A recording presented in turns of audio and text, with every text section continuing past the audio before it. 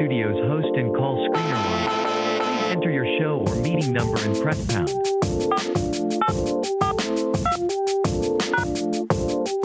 Enter your 6-digit PIN number. Welcome, host. You have not started a show session in Callan Studio and cannot yet receive calls on talk and click and click. Please visit the Callan Studio website and begin your session.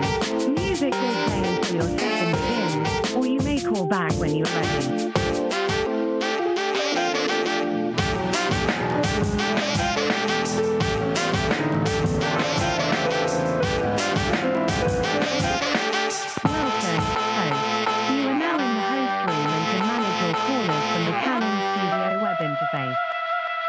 Audio recording is on.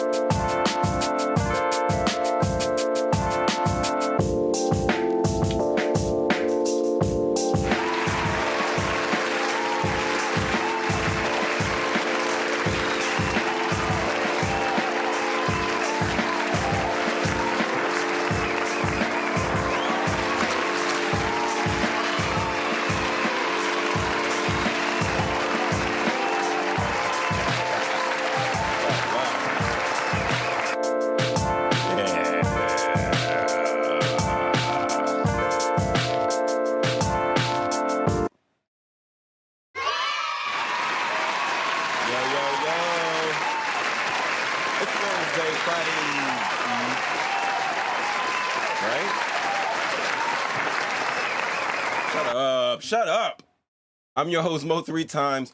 Welcome to the We episodes, where we are going to bring you the latest updates and insights on the ever-evolving Israeli-Palestinian conflict. I'm your host, Mo 3 times, and in today's episode, we'll dive into the recent escalation in the region, as well as a historical backdrop that has led us here. That is not... I'm already starting. All right. Many people know them as the Jump Out Boys in their city. Got the Jump Out Boys in our city. Let's get to them. All right. What's going on, everybody? Welcome to the show. That boy is good. Good and terrible. All right. We got Ramid, Caro, Mainline, Ev Love is in the building. Hit these buttons for you guys. Bitch, I'm from Cumberland. You know what I mean? Break down! Get settled in.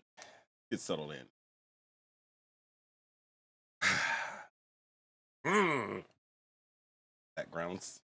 Some beats. I don't like that. All right, so check this out, right? We're definitely gonna have to get into it today. How's everyone doing? Yo. That's right. Stop that. Hey, everybody. Let's get into the pleasantries. Guys. First and foremost, let's talk about the real deal. E-A-G-L-E-S, Eagles! That's right. Did that. Doing great. I think we got the Jets. The Jets coming up this weekend. How you doing? Birds flying. Look at that. What's up, Nick? What's up, Tatiana? What's good, Michael? Michael Poe. And that's right. So it is 7:34. We started like 4 minutes ago. Yo, as soon as that button hit, as soon as the clock hit 7:30, I was in here for you guys. Let it be known, because my late.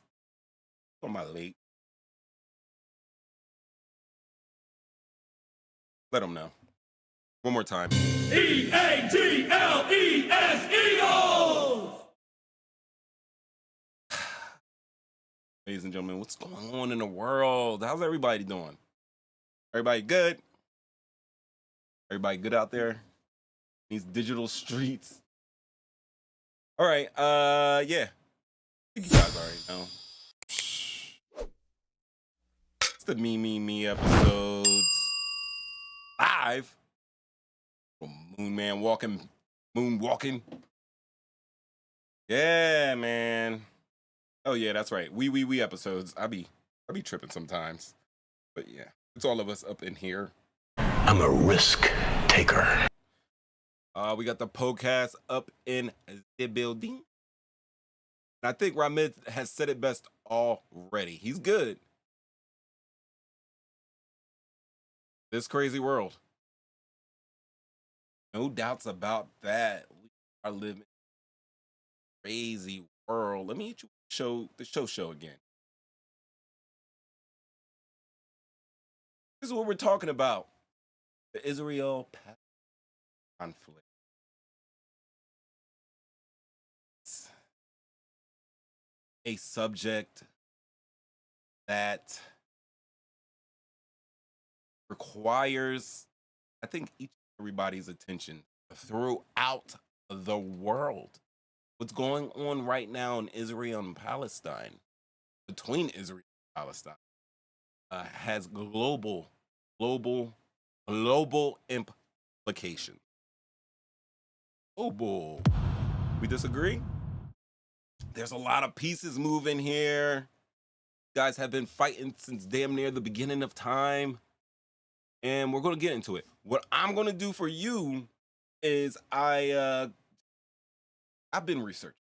I'm going to be talking about a couple things. Because, first of all, yes, obviously, the elephant in the world right now is between Palestine. Hamas has attacked Israel Saturday, early in the morning. I've seen just nothing but violence. Got of assaults. There's some things you're not allowed to say on YouTube. One is the R word, and I'm not talking about. I'm talking about. Can't say grape. Take away the G, but I could probably get away with saying they out there. They're still in asses. How about that?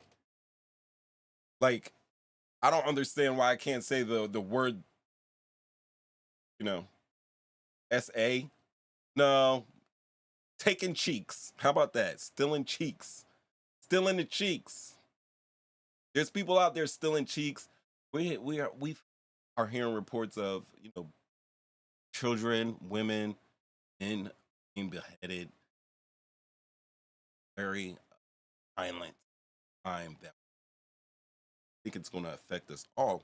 Not only that, like, listen, each day, each week, every week, there has not been a time that I have not come on here, gave you guys a situation where there was just some effery around, effery afoot. You know what I mean? There's always something. There's always somebody get severely hurt. There's always some effery going on in the world. And let me tell you what, researching these things, it takes a toll on me. I didn't realize. I've been trying to figure it out that I've been having this feeling inside, that's hurting me physically, mentally, and spiritually. And my soul, like, I've been feeling effing blah for like the last couple of weeks. And I started to do some research. I have a therapist, but I've missed my last two rounds with her.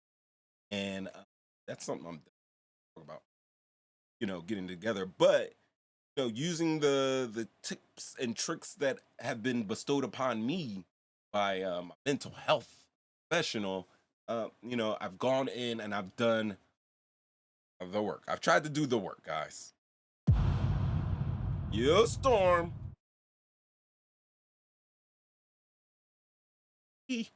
Hi.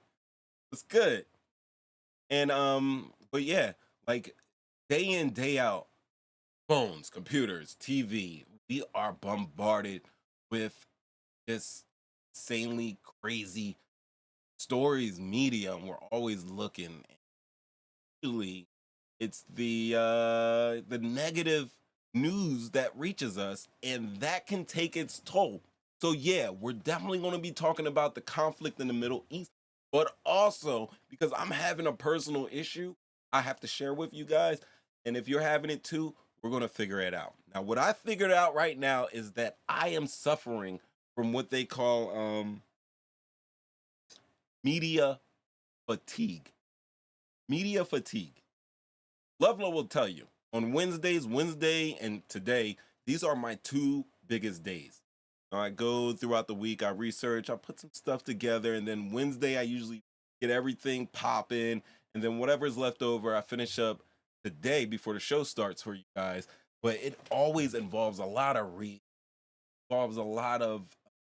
reading articles, finding information on YouTube and watching videos and broadcasts and all of this negative information that's going on. You cannot help but tire and tucker yourself out mentally and spiritually, which affects your physical. So I've been feeling blah, and it's because of media fatigue. That's what I figured. So I'm definitely going to talk about the conflict. After that, we're going to talk about some other stuff. Obviously, guys, Since I was a lowercase G, but now I'm the big G. we're going to be talking about every week Thursdays. I give you the update on Dion and the boys at Colorado. They got a win in Arizona this week. It was definitely an eaker, but a win is a win, right? So we're definitely going to talk about that. I'll give you guys some tricks and together to figure out this league. are suffering from the media fatigue, as I am, let me know in the chat. Not only that, obviously it's Thursday. We episodes. It's all we getting together. So you can call the 313-825-5557. You on the line. Hit me on the line. Some time. Big. And look what she did. I don't know. I feel like it. Got my fishes up in here. Cats chatting. I love it. They're savage animals. Yes.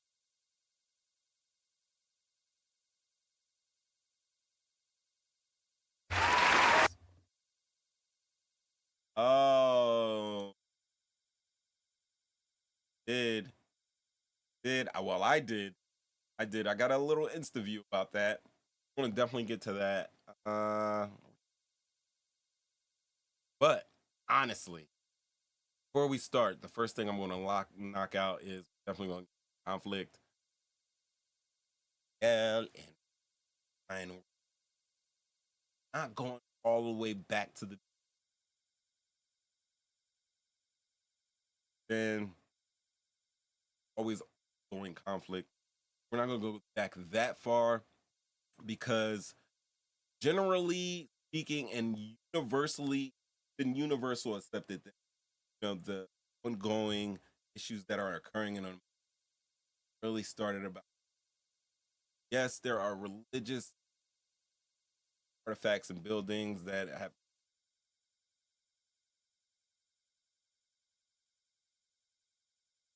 and Christian, but I'm going to start from about 100, just for 100 years.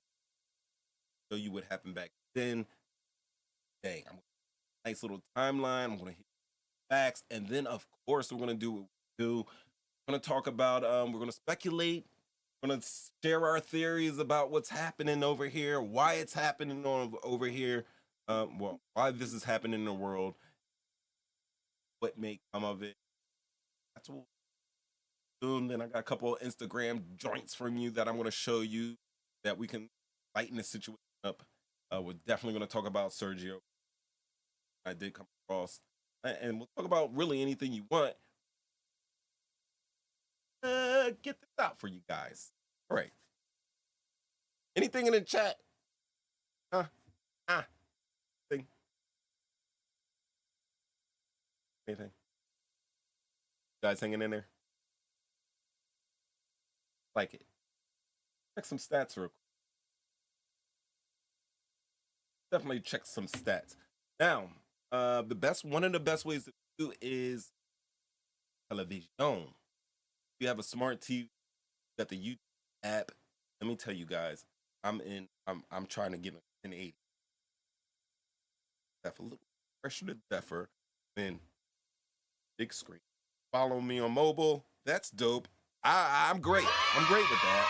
As long as you're listening or watching and that's good to me. And also, I will be if I forget. Guys, I don't know.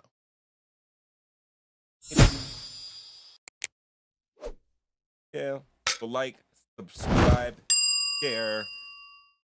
That's what I'm going to request. Do this for me. Everybody that's in here, this will probably help. Tell a friend and tell her. Got my link on here. Got on your mobile device or whatever. Share and just send it to somebody. Send it to a random person. Send it to a couple of random people so we can get this thing out here on and popping. Because as you know, this is a mom and pop shop that don't stop. And we can all get together, bust up this algorithm. Indeed. That would be a hope. I appreciate it. When I get my buzz, my friends, my buds, my jump out guys.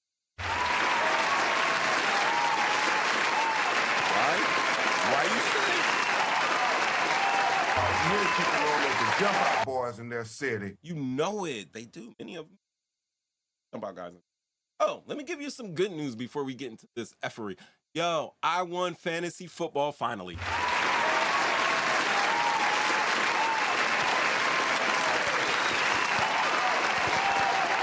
That's what I did. I did. And I won convincingly.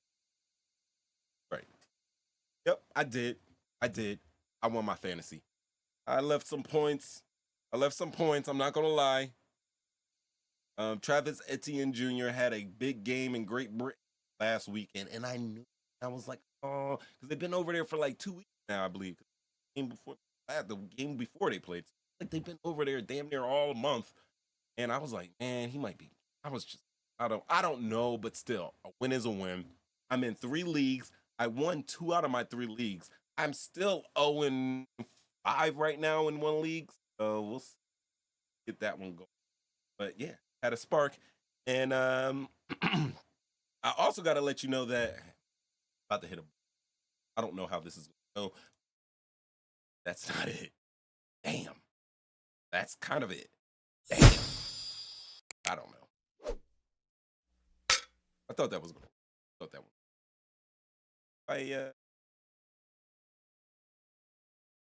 Anyway, I do a show on Sunday around football time. You got to hit the alerts because it's Sunday and it's my Sunday fun day, and I like to rest and talk football. And depending on what time the games come on, I pop on. So hit your alarms. And I'm usually on there for multiple hours and talking about football, things that talk about your team. You can call in, same call in line, and you know that call 13-855-5557. Click like, subscribe, share, tell a friend. That's what I need, guys. Okay, so got all of that out. There are more, probably, but it's whatever.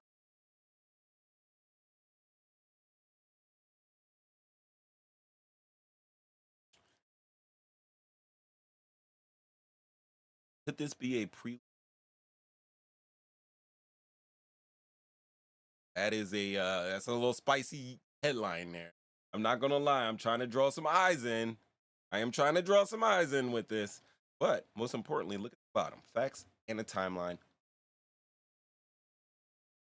I got this. Ready?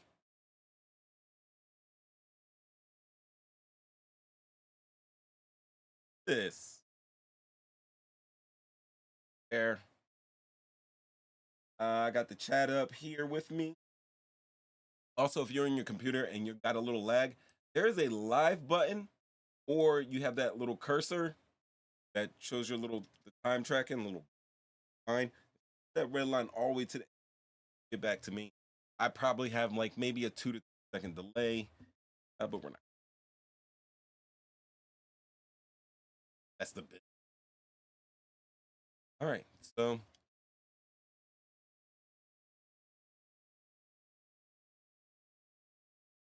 no alcohol in here. Let you know, little juice.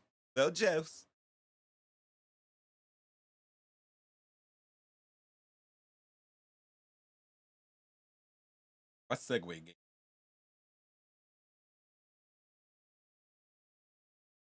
Talking about prelude war, facts and timeline of conflict. Flag, like they are in some type of beef right now, and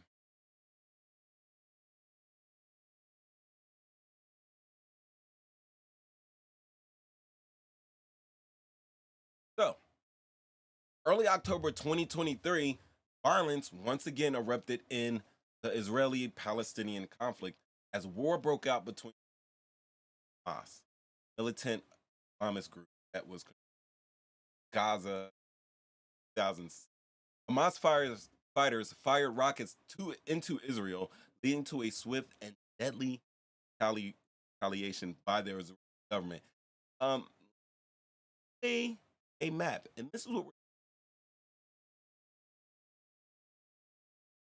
now. I have a map that shows the land that was lost from Palestine to Israel. Basically, I'm working with story starting in the early 19th. Today, that's how we're going to take. Let me just show you this. From left to right, shows you 1947. This is how much territory Palestine actually covered. Palestinian land is in green. The Jewish settlements are white. There was a partition plan that we'll talk about in 1947. After that partition, this is what. Now, after 1947, there were war and skirmishes between Palestinians and Israelis. Let me tell you what. Israel was winning. They've been winning.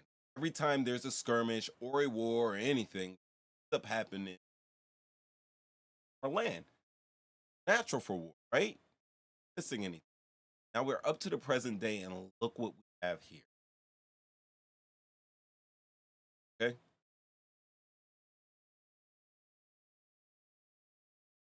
We're talking about the West Bank. We're talking about the Gaza Strip. Right? So how much land has been taken as 80 years? Almost 80 years? They went from to damn near image of land. And ultimately, this is really why there's a conflict and why this conflict exists. So, I said before, early October 2023, last weekend on a Saturday, violence once again erupted Palestine. Right?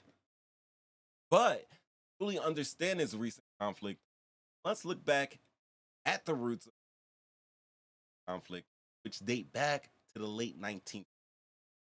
Pivotal moment in this history was the Balfour Declaration. I'm going to show you this. This is the Balfour Declaration. To come back up. Pause it. This is a partition plan that took place in 1947. I'm going to make that bigger for you. But here we go. Here's the note. And if anybody's out there kind of conspiracy minded, please, when this guy writes, "Dear Lord Rothschild," okay, this letter was written by Balfour, statesman,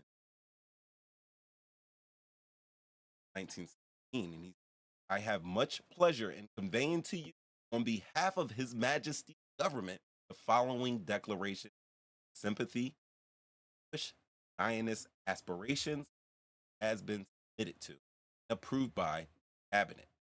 Majesty's government's view with favor establishment in Palestine of national home people.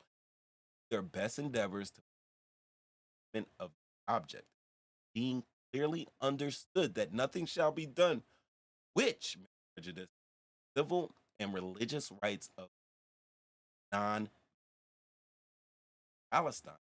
for the rights by Jews country. I should be grateful for federation. Wow. You know what that made me say? Like, honestly, I've heard words, or what exactly a Zionist? What's Zionism and what is that? And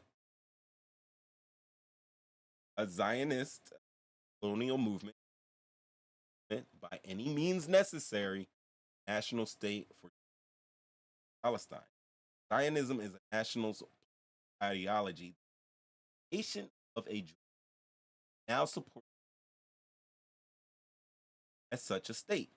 Theodore Herzl Australian, Austrian, and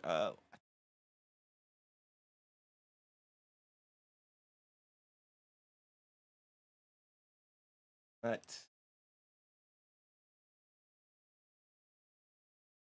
basically the creative Zionism. Pick. Now Theodore Herzl was activist guy who put that up. Here him, beard, immaculate, immaculate Zionism. Now let's Zionism more of a political ideology. Only has to do religiously because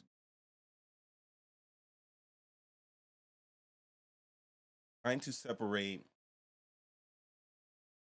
I have to be like very careful when we're talking about this subject because it's very sensitive. But basically, um, Zionism is a national political ideology that is called for the creation of a Jewish.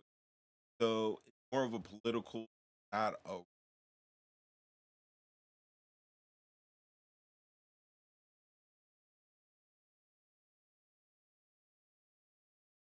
So yes, this was the Balfour decision, and when he's writing to dear Lord Rothschild here, writing to dear Lord Rothschild,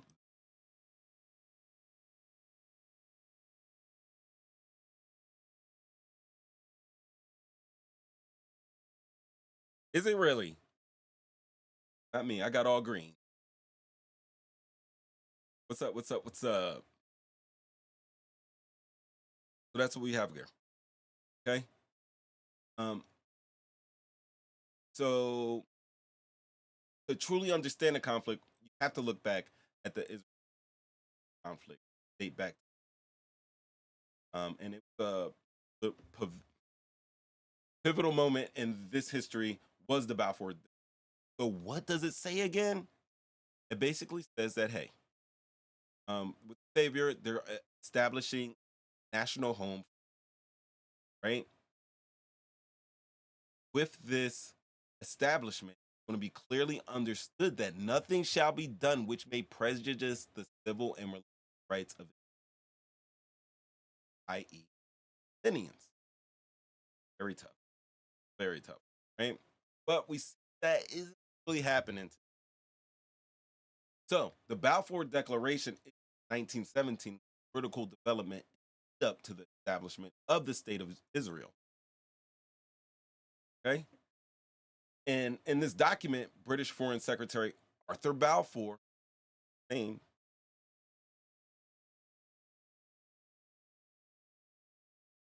administration.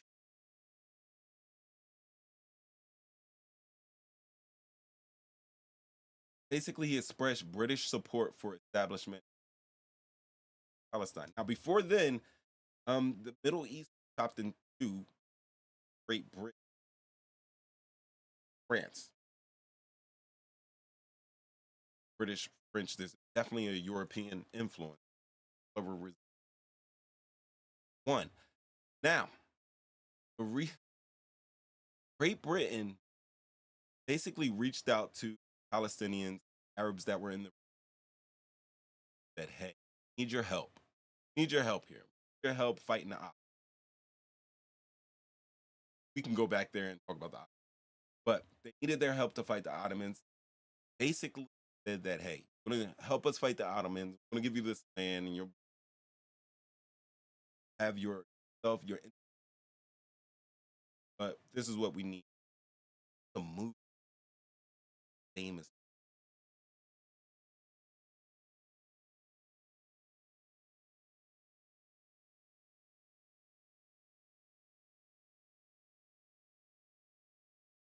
him going.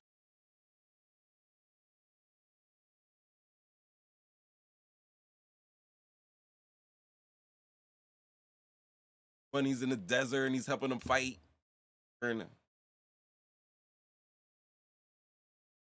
gotta help me. Help me sometimes. Help me, Tom. All right. So they expressed British support for the establishment of a national home. Right now, the declaration was made during one when the British sought support from various groups. The promise of a Jewish homeland was seen as a way to garner favor among the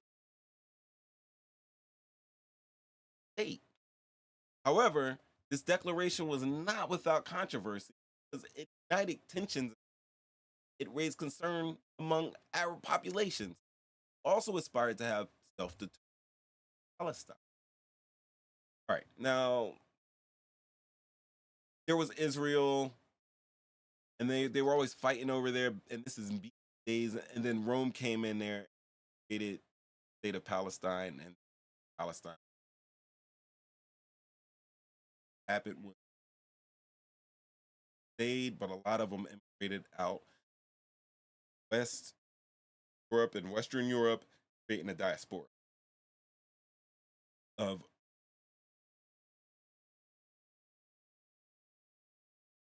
Rome coming in.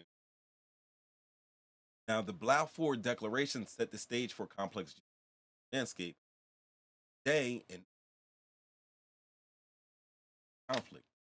All right, so we'll shoot up to 1947, and in 1947, this is after World War II. You have to understand. Now, remember, what are you talking? You guys can't hear me.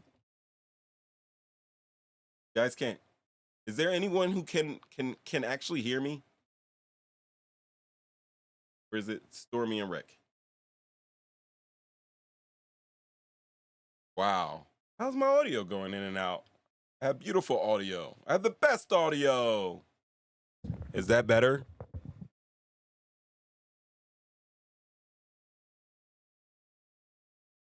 Is it really? Now, honestly, I have green here, and I know this is I don't want to go conspiracy, but damn it, man. I got a feeling that they're jacking with my signal. You know I'm plugged in.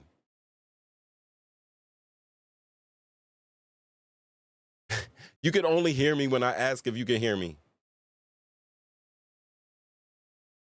Oh, let me try. I'll go slower. All right. So in 1947, the United Nations adopted Resolution 181, known as the Partition Plan, which sought to divide the British Mandate of Palestine into Arab and Jewish states. On May 14th, 1948, the State of Israel was created, sparking the first Arab-Israeli war. Look at this map.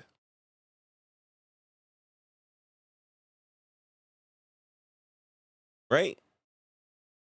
So this is the Jewish state in blue, and this is the Arab state in orange.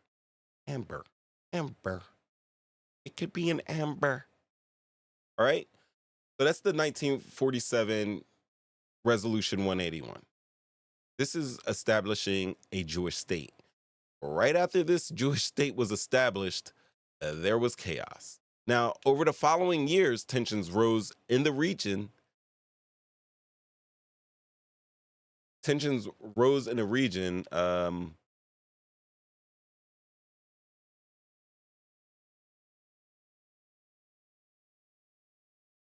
We're good now? Awesome. All right. So over the following years, tensions rose in the region, especially between Israel and its neighboring countries. So then we have the 1956 Suez Crisis and the Six-Day War in 1967. Let me show you some images from the 1956 Suez Crisis.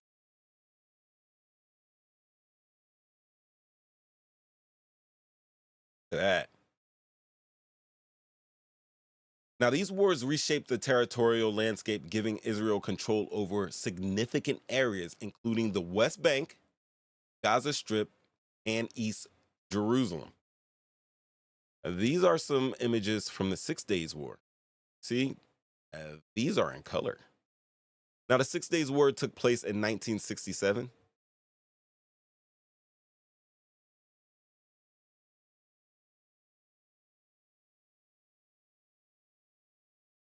Pop a flash. Ain't nothing. It is something. Now, what we'll do is we will fast forward all the way to 2006. What's significant about 2006 is Hamas actually won the Palestinian Authority's parliamentary elections, seizing control of the Gaza Strip. This led to factional violence and a series of confrontations between Hamas and Fatah. I always got pictures for you guys.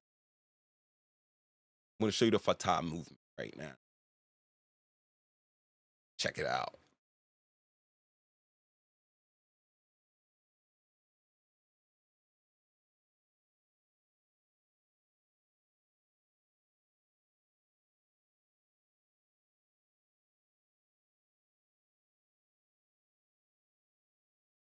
Got a whole bunch of tabs, guys. Work with me. Oh, here it is. All right, so let me show you. Let me show what they look like. See that? That's Fatah.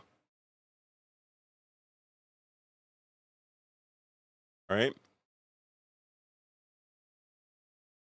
They have an AK on their flag. I don't know what the other thing is on there, but I know an AK when I see an AK. And then we'll take a look at Hamas.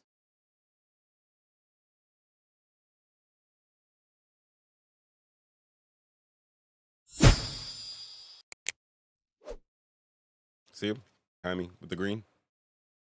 Now, there is a difference between, if you guys heard of Hezbollah and Hamas, there's a difference between, got a little short video on that. We're going to watch that in a little bit, but I'm just showing you right now. So this was in 2006. Hamas won the Palestinian Authority's parliamentary elections. They seized control, and this led to factional violence and a series of confrontations between Hamas and Fatah.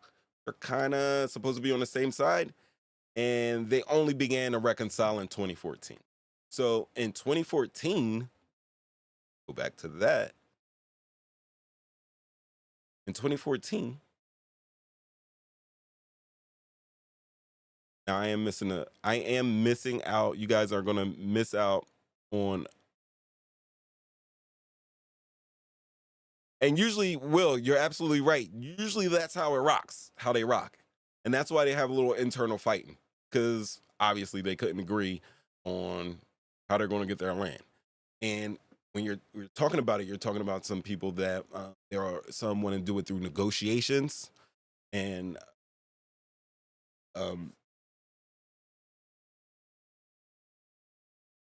some people want to do it through war.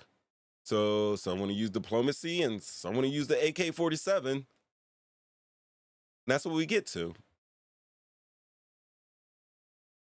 But ultimately, despite peace, various negotiations, agreements like the Oslo Accords, I'll show you the Oslo Accords. Now, the Oslo Accords, guys, I believe took place in 1993.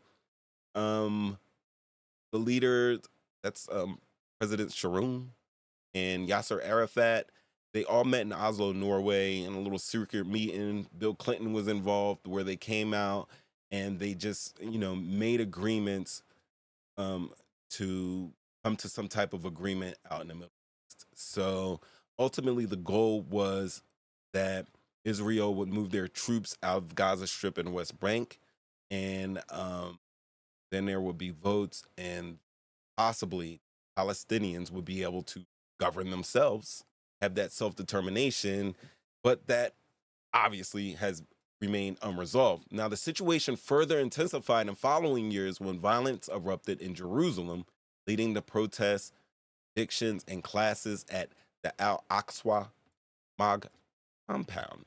Tensions escalated, ultimately resulting in a conflict between Israel and Hamas. And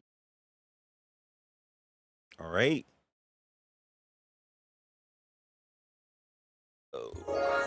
This is a tough one.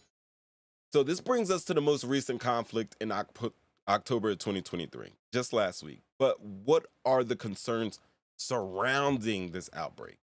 So as the conflict unfolded, there was some more sides. International concerns grew over the loss of life, and there was approximately 800 Israelis and 500 Palestinians killed in the first 2 days of fighting. So by Monday morning, 1,300 people were marked as being killed. That's not it, though, because there's many people who are missing, who have been kidnapped. I'm not trying to go off of the mainstream, news authorities that are giving us this news, or all that stuff they're showing up. But there is a lot of craziness going on in the Middle East, and I'm going to open up the phone lines, and I'm going to let you guys get your opinions in. I'm gonna throw some of my opinions in there, and basically that's going to be the meat and the crust of the show, because it's not just about what's going on. It's about how we all feel about it, because even though we're not over there, this affects all of us. Our tax dollars are going over there. Our tax dollars are going to Israel. They're going to Palestine, and we are kind of caught up in this mix that started with Great Britain and France, and somehow after World War II, we got mixed up in this situation. So there are also concerns that Iran's influence, and anybody heard Joe Biden, I think today or yesterday, basically telling Iran to stay out of this. You would have to understand that Iran's influence, particularly through its support of Hamas, might lead to further escalation. So there's reports of Israeli military actions within Lebanon, where Hezbollah is based, and that raises questions about the expansion of the conflict between Israel and the Palestinian borders. So the recent escalation has thrown into chaos efforts to broker normalization between Israel and Saudi Arabia, highlighting the complexities of Israeli-Palestinian conflict. We also seen significant political developments within Israel, with the far-right and religious government inaugurated in December of 2022.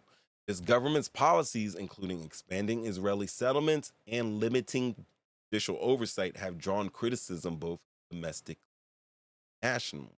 When a deal was parsed out in 1948, there was a deal for settlers to come in, but they were trying to cap them at a number. And since then, more and more settlers have come. Now, recently, what's happened because of all of these wars and conflict, there's a lot of Palestinians that were unable to keep their home, unable to, afford the bills, being in a war-torn nation. And what's happened is they get evicted, and then settlers can come in and basically take over, Palestinians' house. So people are going to Israel for anything from the religious experience to finding inexpensive housing. And that is one of the things. I saw Reddit. It was a Reddit video where a news team went to the former house of a Palestinian, and there had been an Orthodox Jewish man from New York City who, and I'm not going on religion or anything, but just man to man, he looked like trash. Like trash. It talked like trash. He looked like trash. And they were basically asking him, like, how do you feel about, moving in and basically taking control of somebody else's house? And he's saying, hey, look, they said I could do it. This is my house now. I'm paraphrasing. I am paraphrasing, definitely there. But that's basically how it went down. So we go back to 2022, and in the first 9 months of 2023, we witnessed a steady trend of clashes in the West Bank and increased settlement construction, further complicating the situation. So now we're here, October 2023. Conflict between Israel and Hamas marks a significant escalation, making it crucial for us to stay informed and engage with ongoing developments in the Israeli-Palestinian conflict. I thank you guys for watching this with me, hanging out with me, and going through this with. And let me show you some other cool stuff. All right, close that. There's definitely a backdrop of violence, and the narrative has become familiar. Tensions between Israeli and Palestinians dissolve into Hamas firing rockets into Israel, to be met by overwhelming and disproportionate airstrikes that kill hundreds of Gazans and devastate the territory's infrastructure.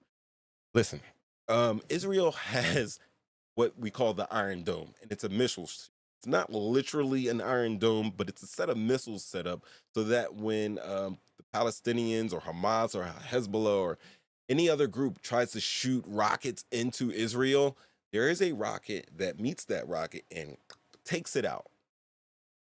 There was a game, arcade game, a little spinning ball, and you had to it was like asteroids kind of, but you had to it was asteroids. Imagine asteroids. It's like Asteroid, the video game. But what has happened, and they're not going to tell you because they're not going to let out the capabilities, the military capabilities of this shield.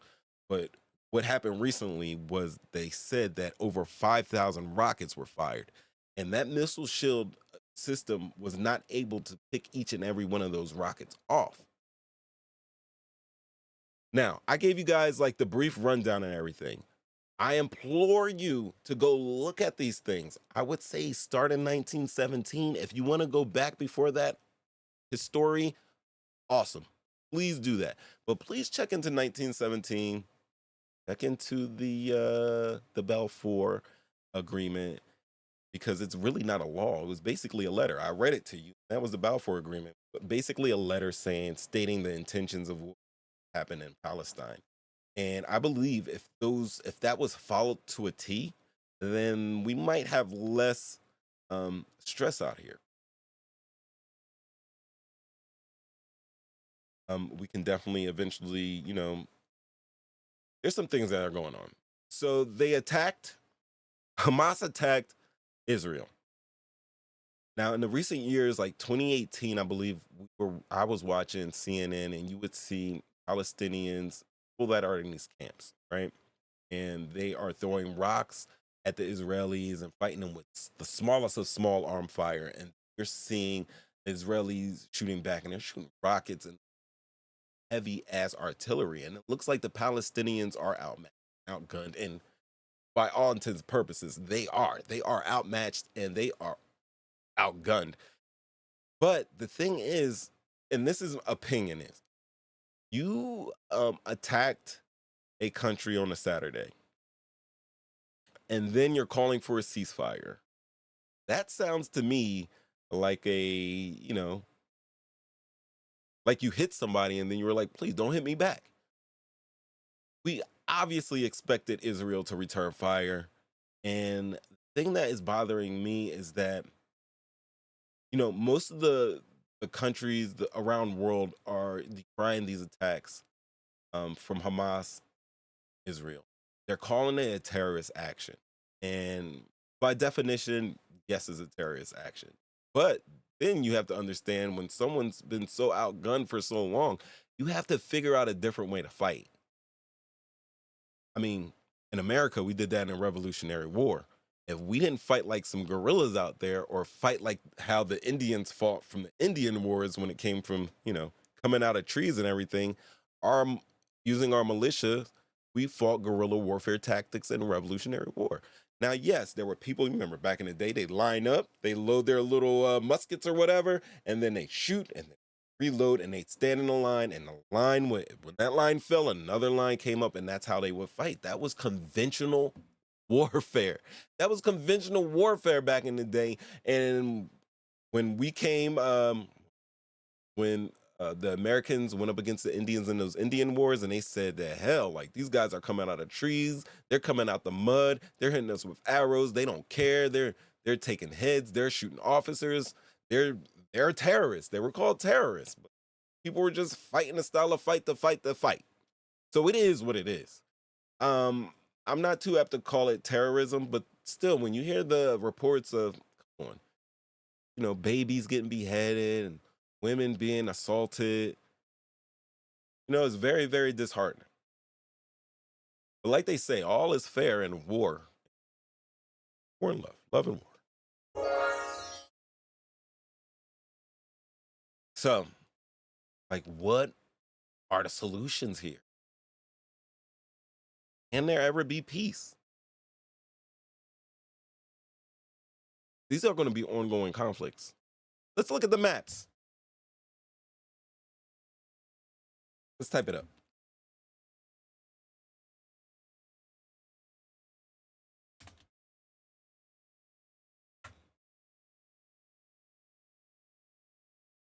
You know, it's a lot of innocent people out there.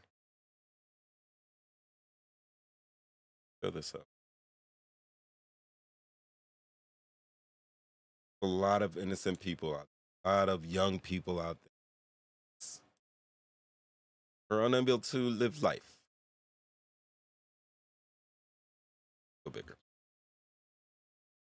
All right, so you see what we have here? This is West Bank. This is Palestinian territory, but all up in this West Bank, there are little settlements here and here. See those two squares? Now there's more than just two squares there, but there are settlements in the West Bank that are controlled by Israel. And then here we have the Gaza Strip. Now that's beautiful. You see the Gaza Strip bordering Egypt, Israel, and the Mediterranean Sea. But those people in the Gaza right there, they're all they're refugees. They're living in camps. There are over 2 million people living in this small plot of land. They're kind of like stacked upon each other. And you see that Mediterranean Sea? They really don't have access to that sea. And also, they are, you know, under the control of Israeli troops and Israeli forces. Some of the things that they said that are going on there is obviously they're being beaten down by quote unquote the man. There are items that they are unable to receive. They are unable to adequately care for their cancer patients. They can't get certain medicines. They can't get certain items there. And they're all locked in there. To me, it is a, you know, a big prison pen in Gaza. Now, West Bank is a little bit more structured and spread out. And you have, you know, different sets of Palestinians living Israelis. So usually it's Gaza that comes with that heat as opposed to West Bank, even though, you know, the heat's everywhere. See, it says Jewish paramilitary groups formed the state of Israel by force, and this prompted a deadly war with Arab neighbors, Iraq, Lebanon, Syria, and in 1940. This was the first Arab war. So also have to understand that Hamas isn't necessarily made up of Palestinians. It's made up of a lot of different Arabs throughout that portion of the world. So, you know, when you have some Palestinians saying that, hey, we need to be peaceful and we're going to go into negotiations, there are people that are hell-bent on war. Now, some obviously are hell-bent on war because they bloody. But then there's a lot of them on both sides that want to keep this going because it's lucrative business. War is a lucrative business. It just is. And that is some of the reasons why people are at it. Now, this is just observation and speculation. Anytime that we get some type of peaceful negotiations, I remember seeing Yasser Arafat as a child and them going through the Oslo Accord. And we see how that ends up ending. You know, anytime anyone tries to make peace, whether on the side of Israel or on the side of Palestine, they find themselves being murked out. Ooh, someone getting murked? I think I did. So, if you found this informative, please subscribe, leave a review, share it with your friends. I'm definitely coming back with more insightful content soon. Now, with that, guys, I give you all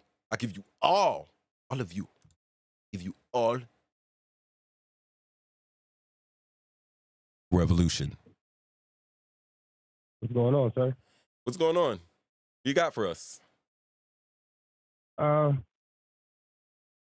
don't know. It seems like the Palestinians once again are getting getting the Negro treatment. They just getting the Negro treatment. Hey, The same thing they did over here, they doing over there. it's your They time. just It's getting your the Negro time. treatment. Yeah, I mean, if you want to expound on it, go ahead. It's your opinion. Well, the war with them has been since the 1000 BC, back with King David conquering Jerusalem and all that stuff going on. So this has been going on since forever. Then the Babylonians, the Christians. It's been a war for this area for a very long time, way before we even thought of it. I mean, it's sad. And as far as like our country and its involvement, I mean,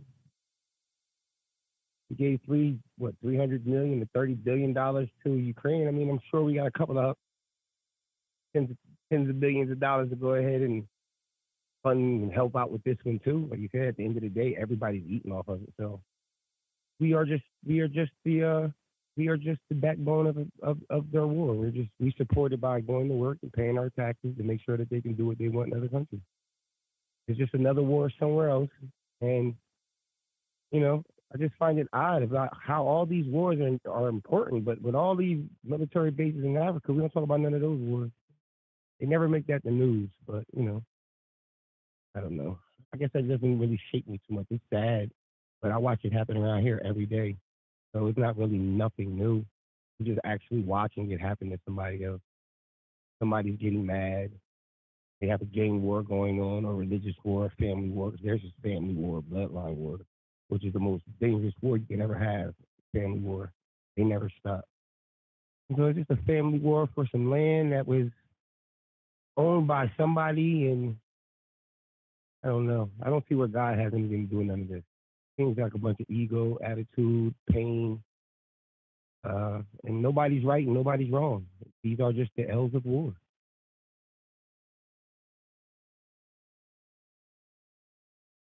I land my plane.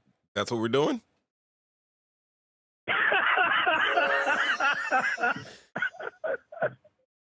I land my plane. I like that was a soft landing there. I thought you were going to come down a little rougher, but yeah, that was a soft landing. Every time I do, you get on me. I'm learning. Yeah, but did you see what I did? I am now becoming. I'm becoming Toby. I'm okay without playing Kunta. Don't go there. Don't go there. I will Toby my ass out of here. Don't go there. I will Toby like I'm supposed to. Because I too, my bro, I am also learning as well. That's why I hit the mute so I can shut myself up and let you have the floor. We're growing. See, we're growing. We are growing. Blending. We are blending. What's the matter? Do you miss me? Yeah, that's right. Call in live 313-825-5557. Give us your thoughts. If not, we're going to have a short night. We're going to have a short one. But seriously, this is what we've been doing. Right? Yo, but you know what? And you're absolutely right. Like, we can always talk. There's always something going on in the world that we can definitely discuss. This one sticks out not only because of the media coverage, because we get to see a lot. We get to see a whole heap of just, how these wars are. And then with social media, like, and the prevalence of that, like, we get to see it from, like, the root.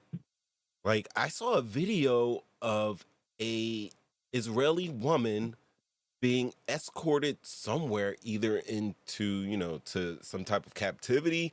And she's like FaceTiming her. She's, taking selfies as she's being, taken off into the truck. And I thought that was one of the bizarrest things I've seen. That's because we don't believe that over there. They make us believe that the way life is in another place that we never go to, they make us believe it's supposed to be or it looks a certain way. So when we finally see something that looks odd, is because it got out of their control and it got posted. I don't even know if it was out of their control. Before we got the internet, they had it. Right. Yeah, but I'm just saying, like, the fact that someone, like, you're being attacked, and as you're being attacked, you're like, you're selfieing yourself like it's nothing. Yo, can you imagine being at that party or those guys that were on the beach, sitting on the beach and just seeing missiles incoming? and then seeing your missile defense shield doing its job and things just blowing up around you. I think as an American, like we don't have to, we don't experience that. We don't get to experience that. Yeah, we have our mass shootings and everything like that. But damn it, man, how many like these people regularly get attacked by missiles? And then imagine this: you're a Palestinian, right? You're living in Gaza. You're living on the Strip or the West Bank, right? And you see Hamas shooting those rockets over into Israel, and you already know, there's going to be a backlash. You know those rockets are going to be sent right back to sender, and you also know that you, my friend, don't have no beautiful Iron Dome or defenses, a shield of missiles to protect you. So they are getting jacked up over there. Like we said, war is war, and I mean, if you're going to dominate, you're going to dominate. That's why they be so bitter with America. That they do. That's why those people be so bitter with America, because we go over into these people's lands and countries, and as a country, we have to say we. Mm-hmm. As a country, because it's what we represent, we go over there into these people's homes and get involved in their politics and what's going on in their world, their language, their know-how. And we come in and we get involved in it and we support whoever we feel benefits us, because we're only here for the money. It's like a drug deal. You go to new blocks and new cities to take over. So Americans is going to take over. But the people that they're taking over are actual people like me and you here in America and the rest of the Americans that are at the bottom. Those people at the bottom are going through, like you said, missiles and things of that nature. Imagine why they have the hatred and the feel of our country. Why do you think that these people are coming up saying they're fighting against the enemy of God, of humanity? They call that America because, America's in power right now. I'm pretty sure when Africa had its reign and when the Mongolians had their reign, that they felt the same way about them too. So it's just their time. It's just their time and they're running shit. That's all. We're living in their time. We didn't live in our time when the kings of Africa was dominating in Egypt, all that. We wasn't alive then. We just living in this time, and this is the time that we were given to experience life, and we're experiencing when their people have control. So just sit back and watch the show, because if you start looking back, you realize this is just a cycle, and you're here just to see what you see. You don't know what's going to happen tomorrow. Everything we know, though, gravitates and changes. Every big dynasty, Ming dynasty, Egypt, Ethiopia, all these dominating kingdoms that ran for millennia. Look at them now. So, sit back and watch the show. That's what God gave us, the ability to come here and just witness how life is on earth. That's all it's about. But just, it's sad. Throughout the beginning of time, there's always been somebody's foot on someone's neck.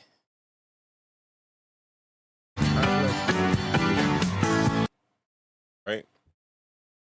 There's everybody out there, all those innocent civilians out there on both sides. They are going through some shit.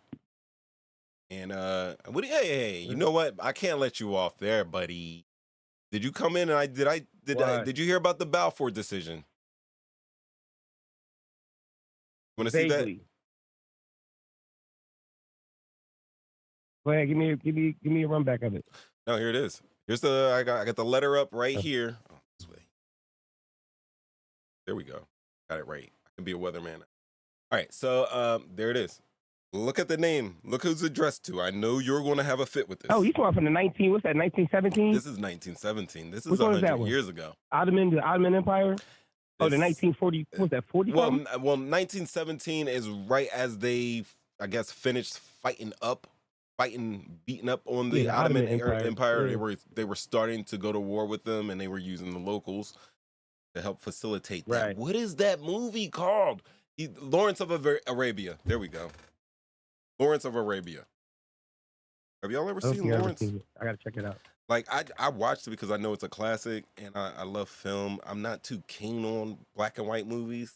I'm sorry, but they had this one. This was in color.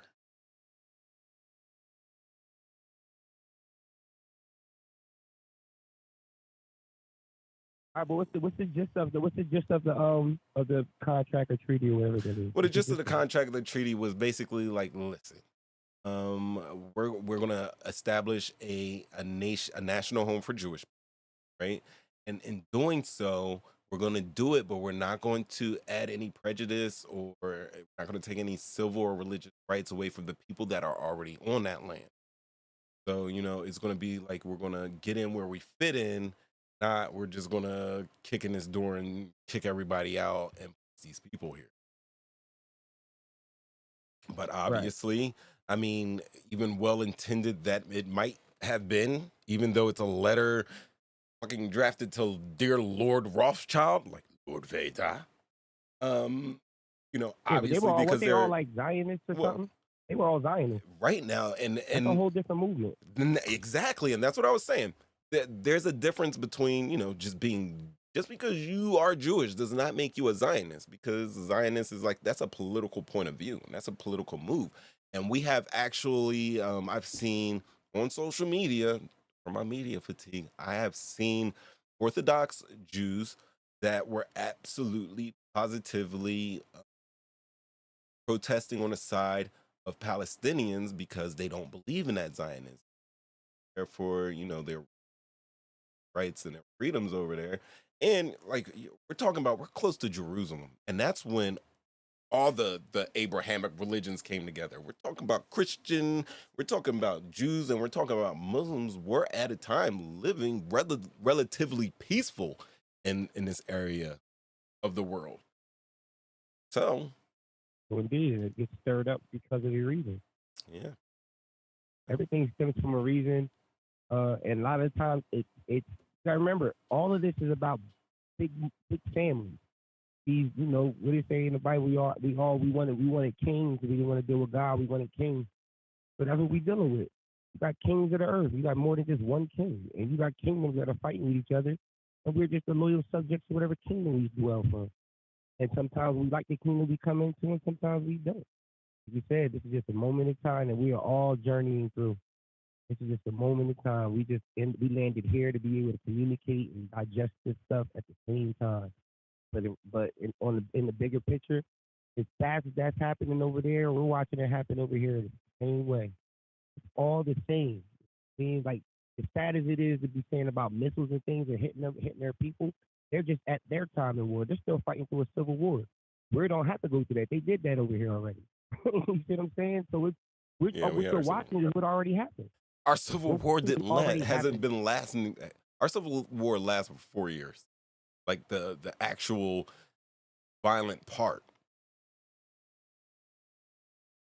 These people have been at war for now over 100 years. Over 100 years. You take the people that just look at the fighters though. The fighters in the battle. Like when the English came over here and you're dealing with the natives weren't dealing with the violence or the savagery the way that the wars were different. They fought wars differently. So they got conquered. They lost by diseases. A whole place lost like that, right? And they took it over and ran it well. They did a great conquest when it came to America, and they got it right. But this is happening everywhere else on the planet, and what we're getting to see live now with these missiles and the way that getting social media designed that we can see it, we're seeing what's already happened to us, to them, and so many other people in the name of these kings and queens, these great families who have taken over and really got us fighting over it. They're not out here fighting with us. These people out here dying and getting killed. They're dying and getting killed over ore and gold and opium and all these things. I have no understanding of what do you gain when you make so much money? Like, what is it that you're doing? But we live in this. It's time. capitalism.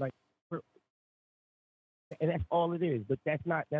It is. So if it's capitalism, that means you get to a certain point at the top that you're disconnected from the bottom. You don't understand. So how can we allow people that are, I can say how, but what happens is these people are saying what's best for their world, not our world. Understood, we're just yeah. picking up breadcrumbs and whatever ones they give it to us. So once we realize it from that perspective and just wake up mentally, then we avoid all of these things. Start learning that, we talk about all these other countries like we can't go see them. So what are we, $1 billion in clothes and liquor and jewelry and all this? We ain't taking no trips nowhere to see that. We just need to take that, see what's happening there, recognize that this is going to happen no matter where on this planet. This is what it's about. He's going to get down and lay down. That's just the sad part about it.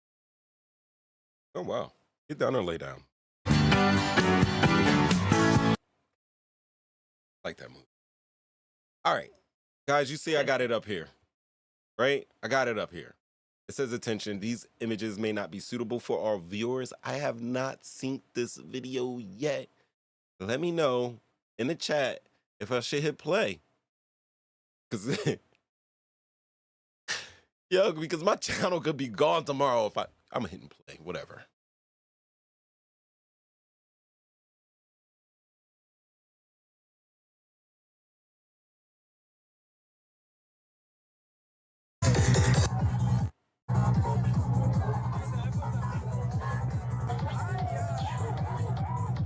These people partying.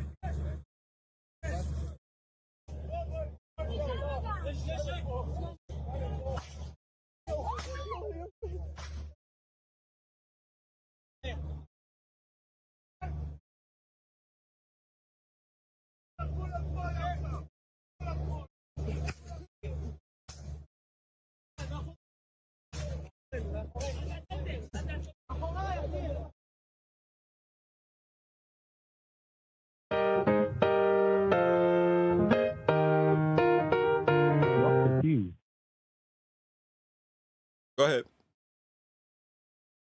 I'm confused. So, because I couldn't really hear. What? I seen everything. What happened? I don't know. I think the lady who was filming, I haven't seen this video prior. Like I said, I had not seen this video. I'm just clicking on it to see what it is. Sitting here just like you in here. What do you think you saw? Because then the cops, wasn't somebody shooting at them? The cops was getting all them down, and then somebody was shooting, and then they started marching off, and then they marching behind them.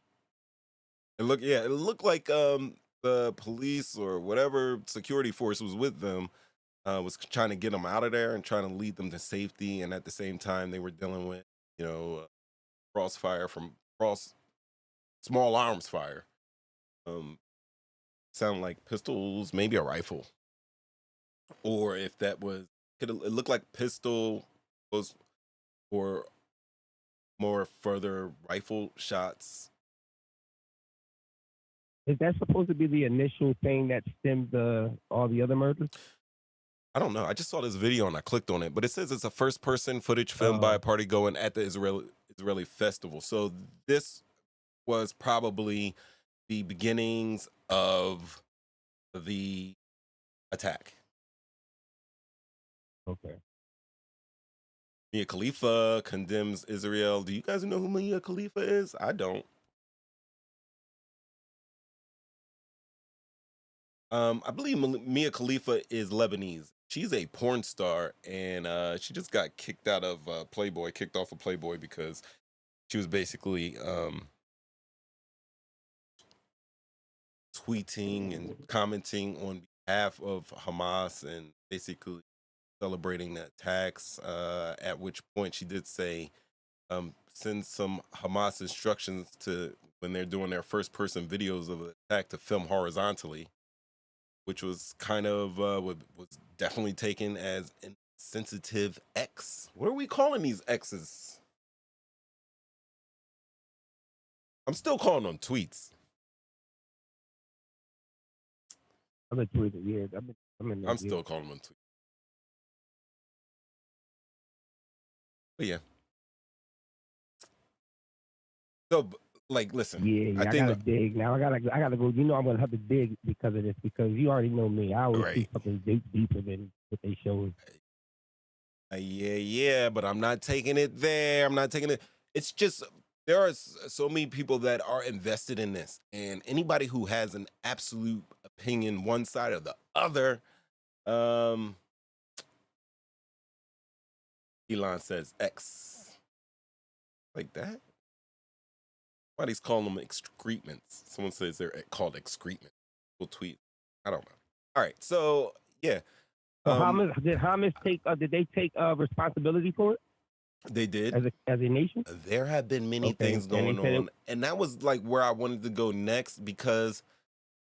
All right, so I saw an X or a tweet from an individual, I can't remember, but they said that Hamas claimed that they received their weapons from Ukraine. My whole thing, listen, I'm gonna throw it out here like this. My whole thing with this, the first thing that I thought, honestly, I said this is an inside job. The rockets, the whole attack, I said it was an inside job. We talk about 9/11 all the time. I don't want to come off a conspiracy theorist, but at the same time, being called a conspiracy theorist in this day and age, that shit is not a slight. It's not. Not to me anyway. Because we're finding out things that people have been saying and people have been called crazy, and now we're finding out, hey, that was the truth. They weren't lying. So when I looked at it, I looked at it like this. Israel has one of the best, and I know you guys may have heard this on CNN or MSNBC or Fox News, it is all agreed. Israeli intelligence services, also known as Mossad, is one of the best, highly rated intelligence.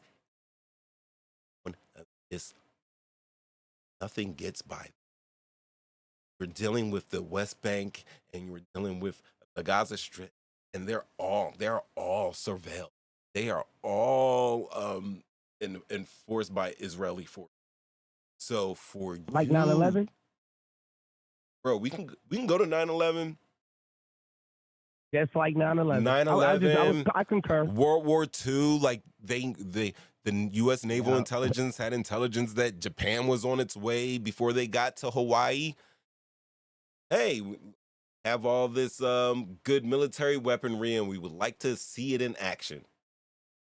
Come on, you with me? Now we're going to get into it, right? Now we're going to have the fun part. America, we've developed robot dogs, robot security people, bombs, different types of ammunition, new small arms and rifles and planes and boats and all of that stuff. And guess what? It's cool to test it out in, to field test it, but to actually use this equipment in a real live battle holds a lot of weight.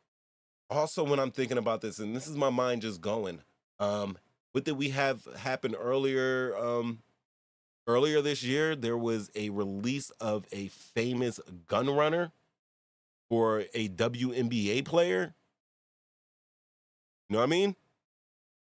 I did a show on it. They released the Angel of Death, Mm-hmm. the Lord of War, right? Yuri. Did you know he was from Ukraine, by the way? He was from Ukraine, and his father adopted Jewish religion so they could go out of Ukraine. There are a huge Jewish population in Ukraine, and Hamas is saying they got weapons from Ukraine.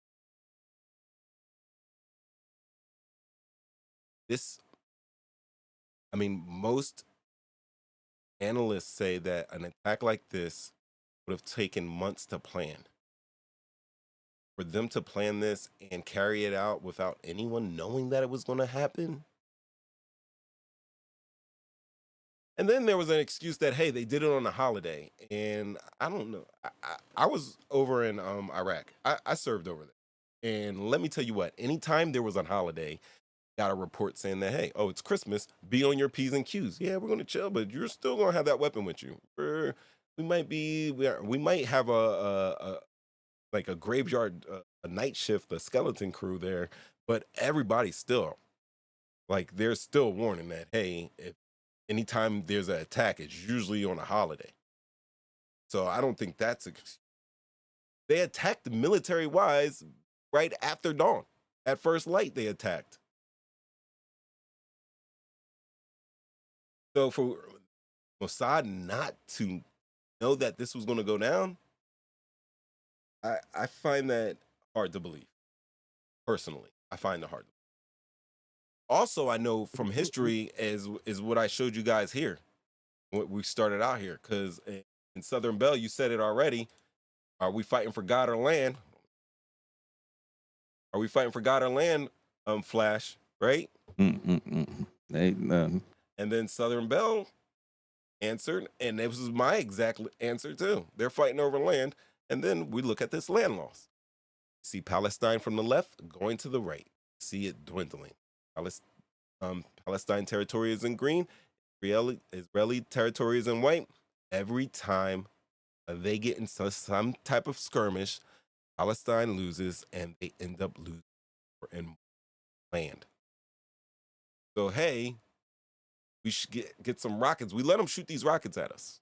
We let them attack this time, and then we can go willy-nilly into the Gaza Strip, into the West Bank, and wipe out all this green.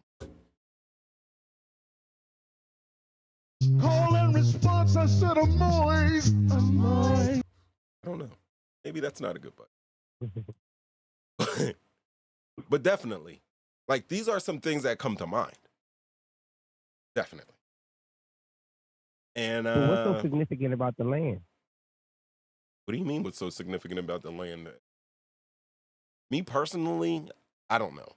Because we're just talking about land here. Also, you got to understand it's the Middle East. For United States, that is a nice strategic staging position. Should we have to go to war in any of those other places? Let me bring up the map.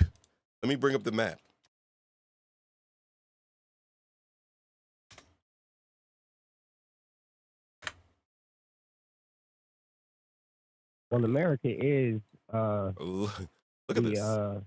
Bastard child of England, and England is indebted to the Jewish conglomerate, which makes America indebted to the Jewish conglomerate, makes the American Dear Lord Rothschild. It's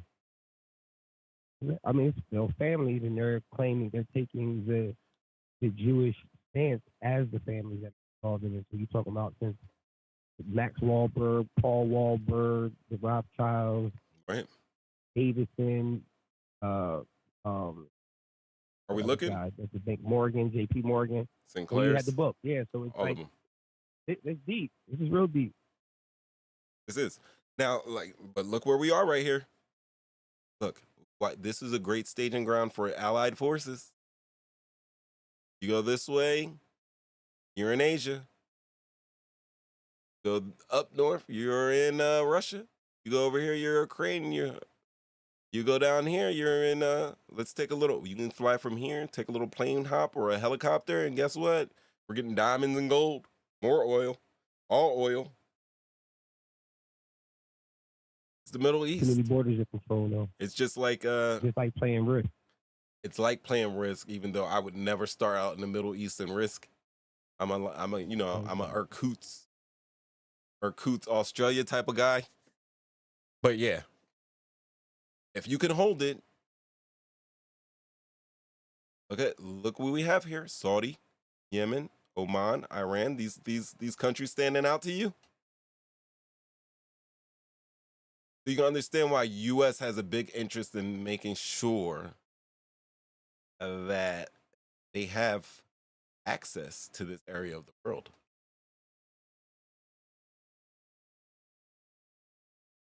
Hostages. But then what would be America's reason for aiding Israel in all of these fights? The bargaining tool? Because they're not going to own it. They're not going to own You what? can't- Are they going to ultimately take it from them? Are you helping support a war to take a land for people that you're going to end up taking that from them later? Was it some type of it never lasts in a union like No, it never lasts. I think it's just but all right, so they're after World War II, come on, America was winners, so it was really us, Great Britain, Allied forces who allowed this movement. Because basically, after the 1800s, the Jewish population in this area of the world is very low. And then after World War II, and then into the 60s, and every time they're having wars, because more and more settlers are coming in, and basically in the 1948 agreement, the agreement was for, Palestine to have their settlement, for Israel to have their settlement, and it seems like they were moving fences.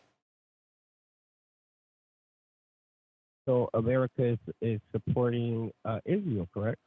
Yes. So we're looking at the map and saying that one party is not following the agreement of others, that we're going to fund them and help them in keeping the riffraff out, so to speak, I guess.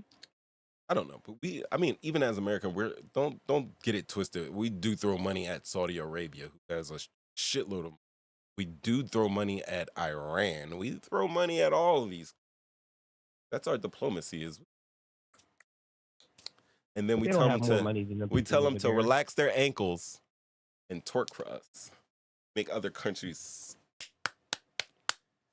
touch cheeks, if you will. You're a real crumb bum. Just the kings and Arabian kings and princes that own all that stuff over there. Right? Like, what they're ultimately coming for them. With their British accents, their posh British accents. Who was that? Cecil Brown? What was the guy that went down to Africa? Cecil something. Cecil Rhodes. He was the one who went down to South Africa and did all that down there at the same time. All this is going on in America. It's crazy. I think it was Cecil Rhodes. Well, he got a story too. They're crazy. Their mission is big, yo. They've been running for what? They've been running for about almost a 1,000 years and change. The new road. I would like to see you do a subject on that, because I will definitely soak all of that up. I can't. Somebody has to pick my brain. I know a lot how to pick my brain. Sometimes you got to sit there, you got to put a mirror in front of yourself, and you got to pick your own brain. You got to beat your brain up by your. I may not have said that right. You're a good handler. Sometimes. The administrator. But I realized lately I have been off my game.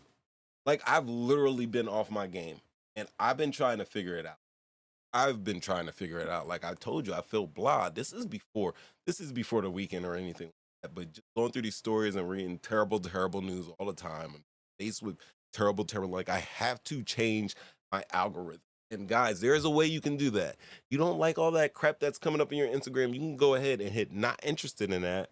If you don't like the videos that are shown on your reels on YouTube, you can go ahead and go into your account and delete all of your searches, close it out, start over. You want to get a lot of videos from India, don't ask me why, but then you start doing your searches and really whatever you're typing in that search bar, really recognize and understand typing in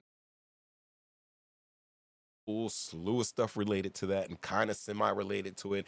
Next thing you know, you're up to your ears and insane. If anybody will look at my algorithm in my phone, they would think I am insane because I got some of the most conservative stuff in there. And then I got some of the most liberal stuff in there. And then you throw in, what's my name? My man is, what is it? Not Billy Cunningham. You know what I'm talking about with Toth? What's his name? Billy Carson. Then you get your Billy Carsons in there. And what's my guy who went to the party in California with the owl? Bohemian Grove. Talks like this. He just got sued. He lost all his money. He's a conservative guy. You know what I'm talking about. He had Kanye on. I don't know. Damn it, what's his name? Whatever. But I say all this to say this. In the beginning, guys, I was telling you about a very, very crazy illness, and it's called media fatigue. Media fatigue. Tired of the effing media. And it is a psychological exhaustion due to information overload from any form of media. And your boy right here is suffering from it. I'm suffering from it. And though it is generally from news media and social media, the advent of the internet has contributed widely to media fatigue with vast amounts of information, easily accessible and easily disseminated. And not only that contributes to it, because I'll add to that, Google. What I'll add to it is saying that when you're in a position like me, where I got to give information, I have to sift through so much information. And the amount of bullshit that I find that's just totally untrue and that people are just digesting.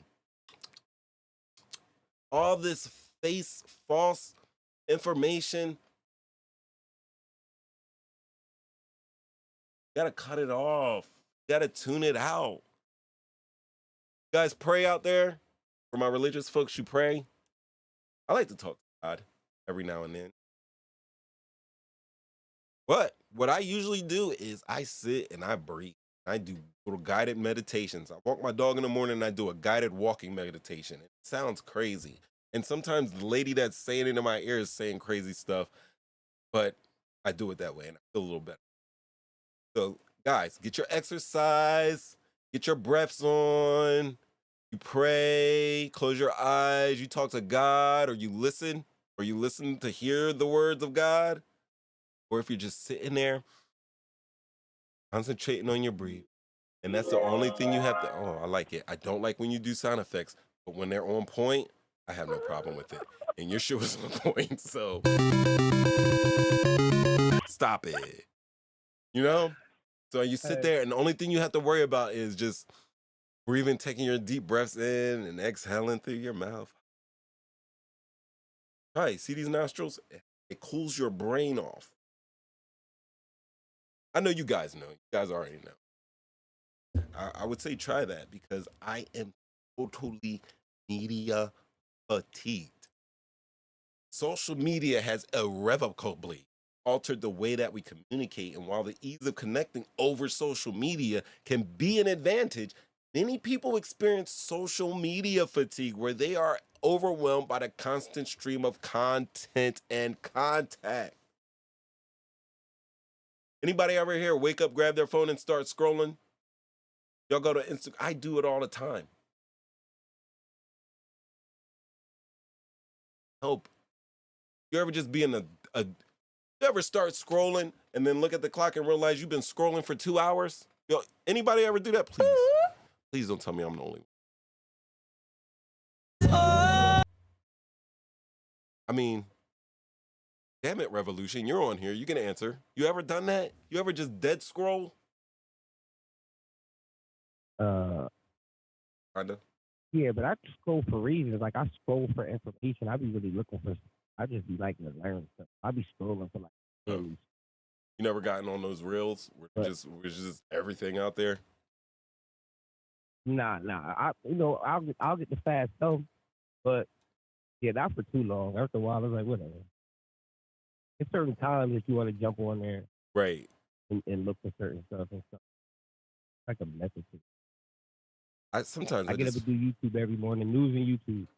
Oh, I get the world news and then I get YouTube news. this is what you do right now.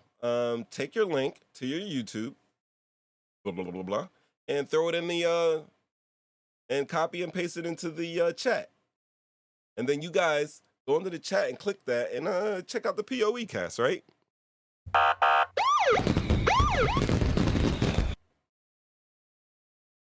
That would be good. Yeah, there's some good videos on there.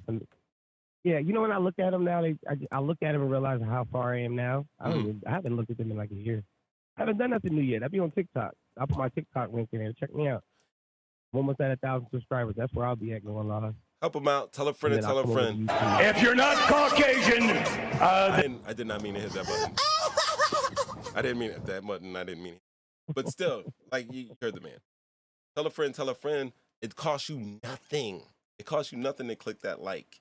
But a little, probably wasted point calorie. But it costs you nothing. Hit like, share, subscribe, and tell your friends to tell a friend. I am going in. Yeah, I've been on my, let's check this out. Let me just get the door for you. Okay. She said, okay. He got me at the Cheesecake Factory, y'all. I ain't getting out this car.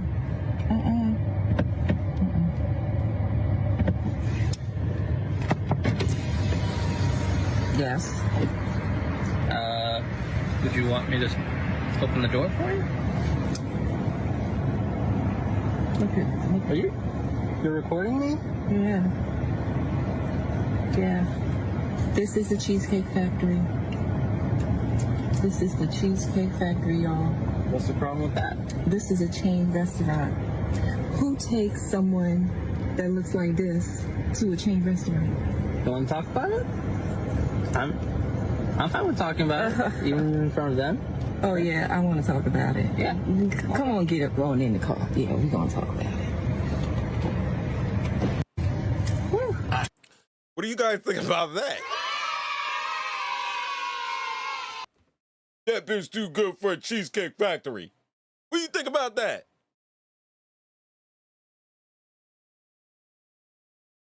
That ain't real.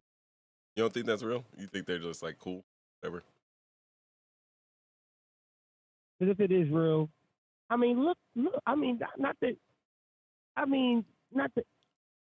First of all, she's got the Joker colors on. The dress is begging her to loosen up, and then she's got the tight. Look, it's about to pop on her shoulder. Look how tight it is. It's like a bathing suit. Is that a dress? A sundress? It's probably a sundress. And then her braids. Do you see the fuzziness around the one that's hanging like the girl from Friday? Craig. She's always putting it to the side. Got that thing, you know what I mean? And you know, I just don't know where Craig she would. And the $200. Cheesecake Factory is actually good. I just don't like their squid. They actually give you baby squid. You ate squid at the Something like that they do have calamari? You ate calamari? Calamari, yeah. It was Okay. the first time they brought me calamari. It wasn't the rings. Give me the rings. Don't give me little babies with legs. Oh, you got I don't want that. like the little baby octopus with the tentacles, calamari.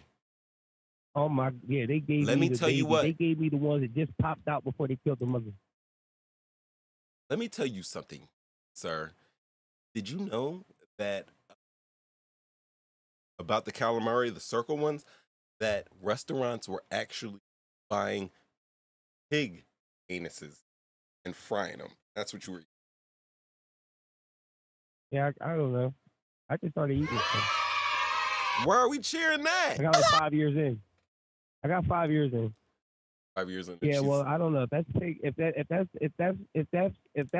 pork rinds, then you know, whatever. You know what I mean? I don't know what to say. Chewy asshole. That's Oh all my I can say about that. God, that's what you're doing. You're Oh, chewy asshole.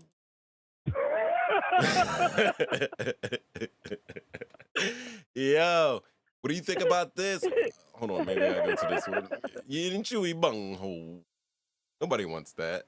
What do you think about this? What do you think about the Ebony Alert? Yo, why isn't the fucking Amber Alert just good enough? New California law creates Ebony Alert for missing black women and children. Well, go ahead. Ebony. You know what Ebony though? Alert. There was More the merrier. They said there's 1,000 children missing in, I don't know, was it Ohio?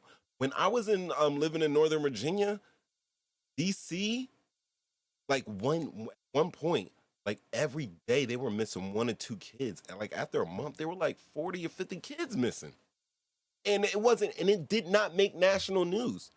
They said like back in the day there was like a killer that they caught in Atlanta, and like they were missing 40 kids or something like that. There is some shit going on, and they're stealing these babies. They're stealing babies. That's why you should never be an organ donor. I don't do it. Yeah, I'm not. But please, do you think Basically, checking or not checking a box, what they can come get when they need it? do you think you checking a box or not checking a box is going to stop them from stealing your lungs or your kidney? Come on, bro. And it's digital now. Only thing I got to do is going into the admin account and check that box for you. So they got to put it on your license, though. Yo, they just said they found, matter of fact, just talking about this, they just said they found somebody missing organs. I'm going to Google it.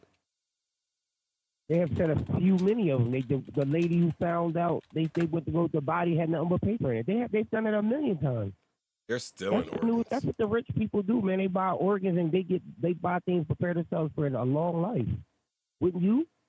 Without having to see what happens, we just get to see the dirty part. He's got a lung for you, Mr. Marcelino. Perfect lung. Your blood type. Medical field, man. Bro, I'm O-Pos. I can get to the world. I can give it to the world. They can have it all. I don't know.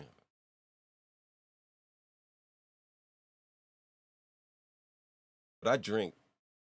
You don't want my kidneys. Sometimes I hit the vape, so my lungs need that. Yo, what do you think about this? Did you see this? This is what when I saw this, I was like, damn, like, that's fake.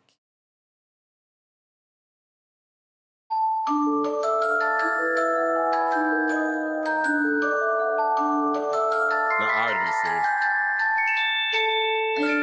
did they really Harry Potter music that? This reminds me of something. Flash. Remember in high school, I took a trip with the political legal class to the Cumberland County Jail, and we went to the court to see Judge Stanger. And I asked Judge Stanger, they were like, anybody got any questions? All the kids didn't want to ask questions. Like, we were on a field trip. And he was like, you got any questions? So we're going to ask questions. Then we're all going to take a group photo with him. And then after that, we're going to go to McDonald's, go back to class. You can walk back through school with your bag of McDonald's. Cool, right? So nobody want to ask a question. And I'm usually, too, I'll hit the background like, all right, let's be out. But I was like, you know what? I do got a question for you. Because I watch in Vineland, we got Cumberland County, we got a newspaper called the Daily Journal. And in the Daily Journal, one of my favorite things to do was to go to the police blotter and see what what friends were in the police blotter, or parents of friends were in that police blotter. And every time I would always see Judge Stanger. Judge Stanger is giving this person this many years for this, and he's giving this many years. He was always in the blotter in the police. So I knew of him before I actually met him. So when I met him, I was like, yo, like, listen, Judge, here's my question. You ever just wake up on the wrong side of bed? You know, maybe, your wife is giving you problems, or you stub your toe or something, and, you're just having a bad day when you come into the, to the office, and, you put the robe on. Got this guy standing in front of you that you've seen 2 or 3 times. Do you ever just take out your No, Flash, you gonna stay in here, Flash. Ain't no good night, Flash. You stay in here, Flash. Like, I was like, do you ever, get upset and take it out on sentencing someone? And Revolution, this MFer went off on me. I was like 16 years old, and he basically cursed me out. He went off on me. You said all of that stuff ahead. You said all that stuff you said here? Yeah, everything. The question I asked as a 16-year-old, like I said, I read the police blotter. I'm familiar with Judge Stanger, and me as a 16-year-old kid, like, yo, you gave him that much time for stealing from fucking Value City? Like, this is crazy.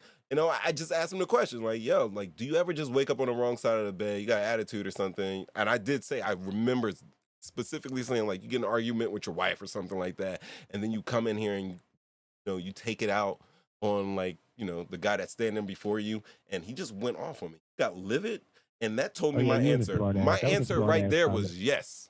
Yes, he does. But he called me like a smart ass or something. Oh, you're being a smart ass. I was really asking a question. Yeah, that was a smart ass comment. That was a smart ass comment that we had. If For you me, like that, like, you wiggle with your wife and stuff, yeah, that's kind of... Yeah. But still, isn't that at the point where you can be like, you know what? Yes, I do. I wake up. He could have just answered, yes, I do wake up on the wrong side of the bed. Yeah, sometimes me and the missus aren't getting along and I get in here. But you know what? Because I'm a professional and I've done this, I leave that there right as, when I leave my chambers, I leave that in the chambers. I don't take that into the courtroom. That's all he had to say. But he went the fuck off on me, which told me that hell yeah, he did. And then he told us, no picture. And then he kicks us all out. So then I'm riding the elevator back down, about to get on a bus, and his like assistant or clerk says, better not get in any trouble because he names and faces. And I just gave her my F you, lady. Like, what do you think I'm here for? And then I had to write an apology. That shit hurt my feelings. You're the reason why I got got hit up sometimes? Didn't know my name. Just said he remembered. Okay. He didn't know he didn't know my name or anything. Yeah, I didn't say, yo, my name is Maurice Hatcher. You know my brother. He's been in and out of your fucking chambers all the time. He probably found out. He probably looked it up. He probably, if you said that thing, he probably went right back in. Who was that? Maybe. Look and see the name. No, he didn't. Probably thought it was me the whole time. I had to write an apology. I feel like a sucker for writing that apology. I kind of wrote it smart, though. Why you write it? Like, I basically said, well, I wrote it, but then I basically said, like, hey, it would have been cool. Said, question. Basically, I'm sorry that you got upset with me asking a question. Basically what I wrote. It was a whole paragraph of me explaining that I am sorry that you got upset for me asking you a question. And then my teachers were so stupid. They thought it was so eloquent, but it was really me basically saying over and over, I apologize for you getting mad at me for asking you a question. That's when I knew I had something with me. There it is. Let's go more. I don't want to stop there. That just made me. Oh, here we go. Former NFL player Sergio Brown deported from Mexico, arrested in San Diego in connection to his mother's death. That is right. Former NFL player Sergio Brown was deported from Mexico, right?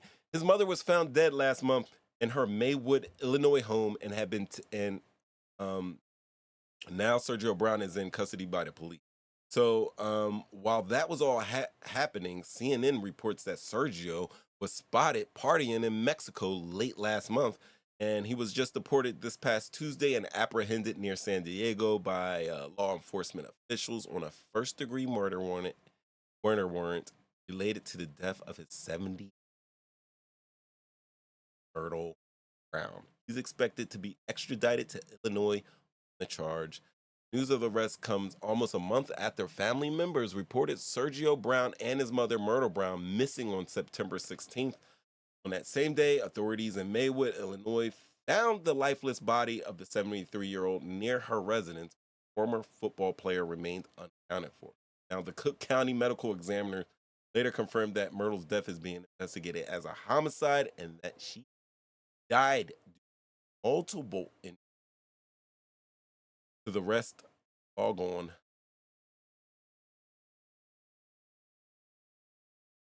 Sergio Brown. Right? I mean, that's crazy.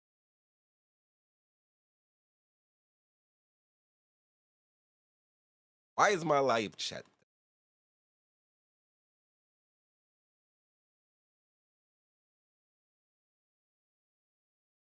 Gotta move this up. All right. That should be up top for some reason. This thing wants to work when it wants to work. Let's see what else we got in here. Oh, yo, you know what? I've been watching this and this shit freaks me out. Listen to it. I'm gonna put the sound on.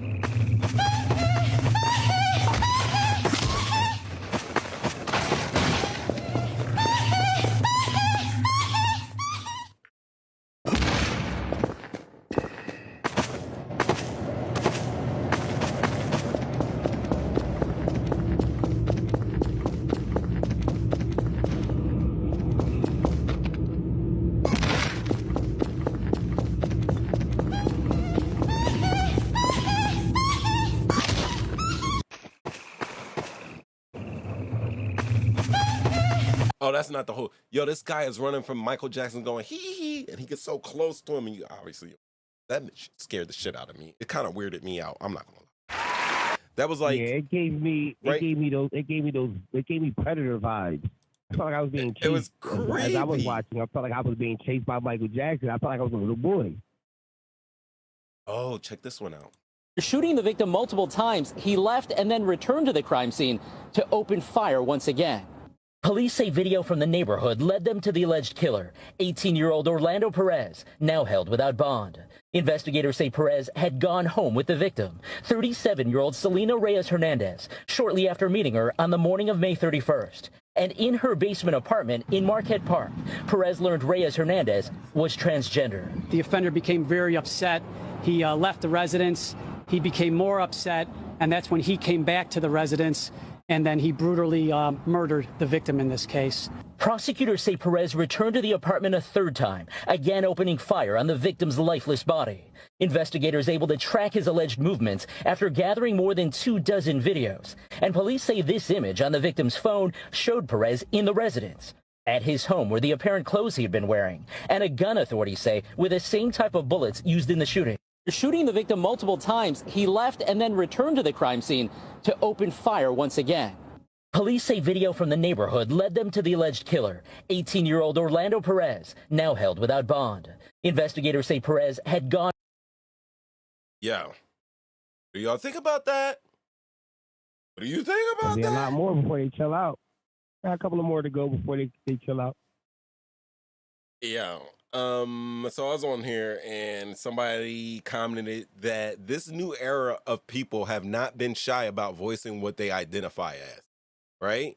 So she should have not been shy about letting be known she was a trans woman from the start. Knowing how some individuals react response to them, they should not be willing to risk their lives like that. Now, for those calling this individual a pedo, technically speaking by law, not you have a 37-year-old trans woman and an 18-year-old man. He is considered adult. Yo, so this happens. Go home with a transgender. They didn't disclose to you that they're transgender because, listen, although the person who made this comment says, and I agree, we are in an era when people are not shy about voicing their identity as who they are. We are also in an era where trans women are calling themselves women and calling women naturally born biological women cisgendered, to the point where they're like, it doesn't matter. Where we've seen like people like defend that, hey, like the man who had surgery to make himself a woman, they're now a woman. Like people be like, that is a woman. I totally disagree with that. But I would have to say this. I'm not about hating anybody because they're, they want to chop their stuff off or add something to themselves or anything like that, or change up their sex or anything. But like, I could not be on this man's jury to convict him. Even with him shooting him, leaving, then coming back and shooting him, that just, I would not be able to convict on this jury. I couldn't convict him. I could not convict him. Yeah, he lost his mind. That kid lost his mind. He lost his mind. Like, he didn't know what to do. He lost his mind. Like, violation. But it also makes me think this. Yo, did he go all the way through with it?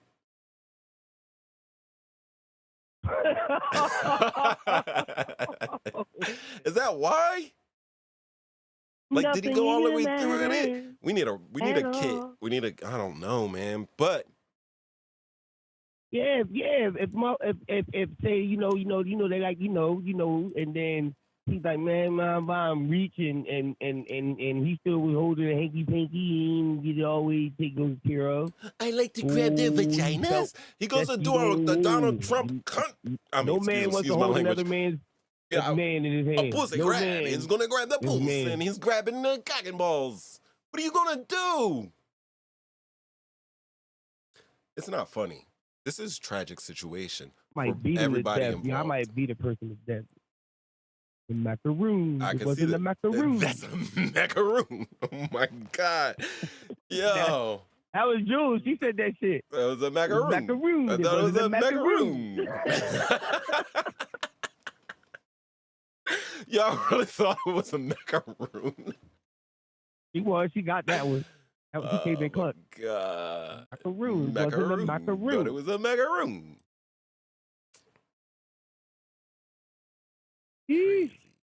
Oh, man. Oh, you don't need to be in DMs. You don't need to be in likes. I don't want to. I don't want to. We'll be a few more of those. And oh, man.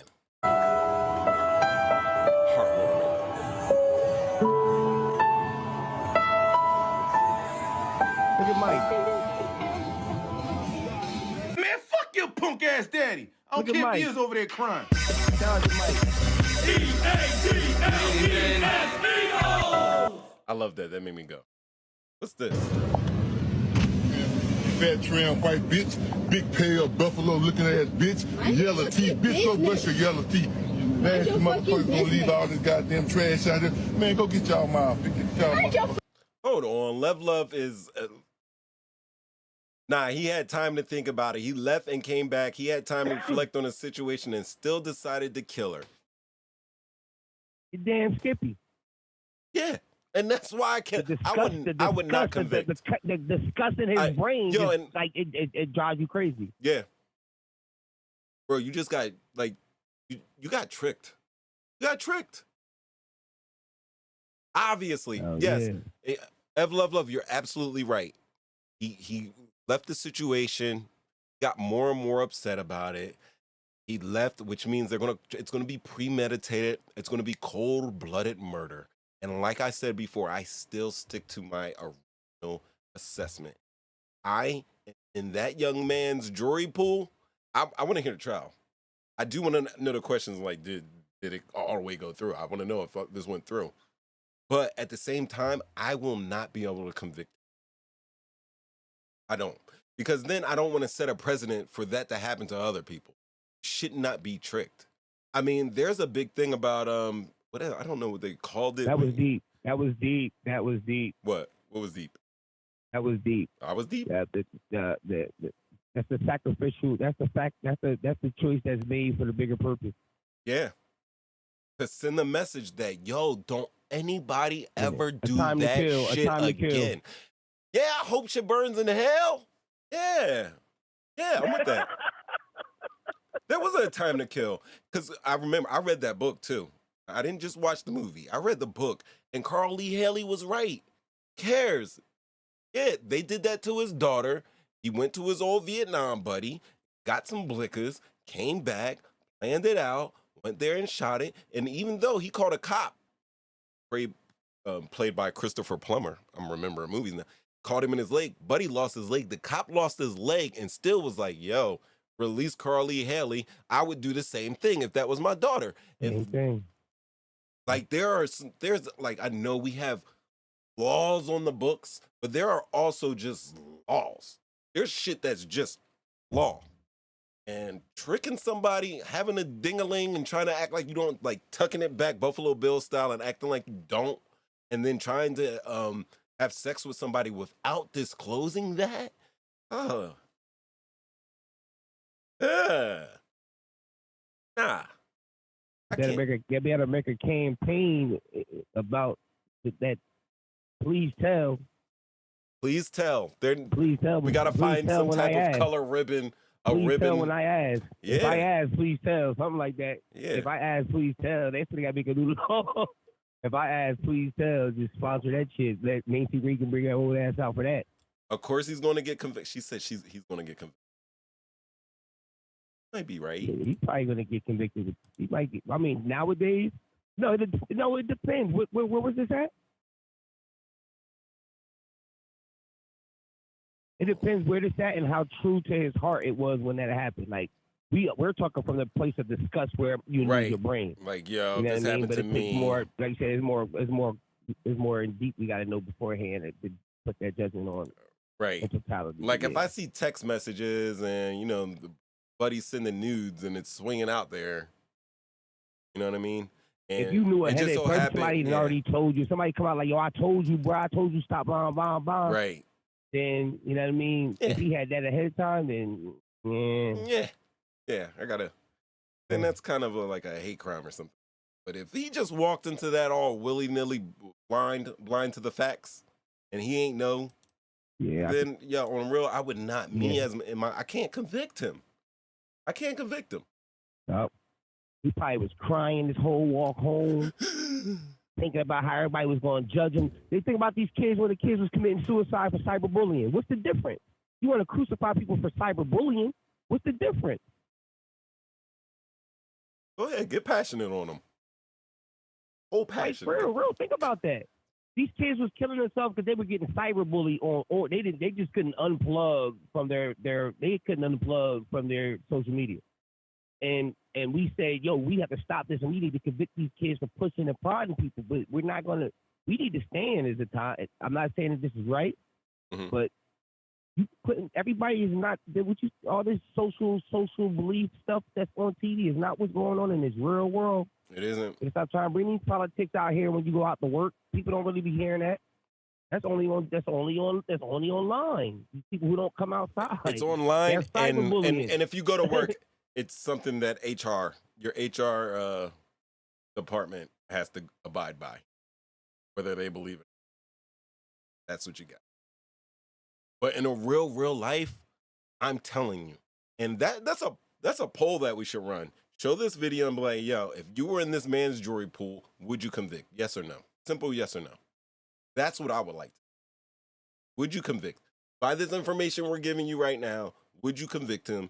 Yes or no? Shit. And then I'm gonna do some research. Jail. If he got tricked, I'm not sending him to jail. Yeah, I can't send him to jail either. I'm not depending on what he says, how he felt. I would have to hear what he felt. You know what I think is crazy? Tricking a man into having sex with you and you're a transgender. If you're proud of what you are and you're supposed to be proud of who you are, then let that man know that you were born with this. Hey, look, even make it easier like this. He killed someone, he deserves to go to jail. People running around here right now, oh, my bad. Thanks, Ev. No, I'm just highlighting Ev Love because I know we're going to have this conversation well beyond this shit. But I was going to say this for Ev Love. This is going on right now as we speak. What about a man or a woman who has HIV, knows they have it, and then sleeping with people unprotected and not telling them? Because that's pretty much what ends up happening. If that person finds out and then goes back and kills them, it's that same, it's really just tapping into the emotion. It's still a life that's being taken no matter how you look at it. I was going to go that route times, too. Even in the Bible says there's time where people will kill. And I was going to go that route, but then, like when you're having sex, you know the time we live in. So you having unprotected sex with a stranger, and then not obviously your loved one, your husband, yeah. But when you put it that way, like that you've been diagnosed as having AIDS, HIV, or whatever, doing someone protected or unprotected, like I haven't seen anybody kill anybody over it. And I think that's because nowadays it's and let me tell you, not something I'm just spitballing here. I'm thinking like maybe it's nowadays where haven't like you got to Chris Rock. Remember Chris Rock said there's one day you're gonna have HIV or AIDS or whatever, and you're just gonna be like, oh man, my AIDS is acting up. It's not gonna be a big deal. Like there's medicines now or whatever, and it's still terrible to have. You do not want to have HIV or whatever. But man, I don't know. I got a question. Revolution, would you rather have AIDS, HIV, or get tricked into having boy-girl sex? They're living 20 years now and more. So I would be on that 88, ADG pill. I'll be doing the straight commercial for that shit. I'll be the only nigga with no shells in his braids. I'll just be a regular man saying, hey, listen. Or you have the boy-girl sex and no diseases. Terrible question. What? Terrible question I asked. Oh. I'm booing myself. What? Yo, check this out. I got more videos. I got some vidges. Yo, this one bothered me.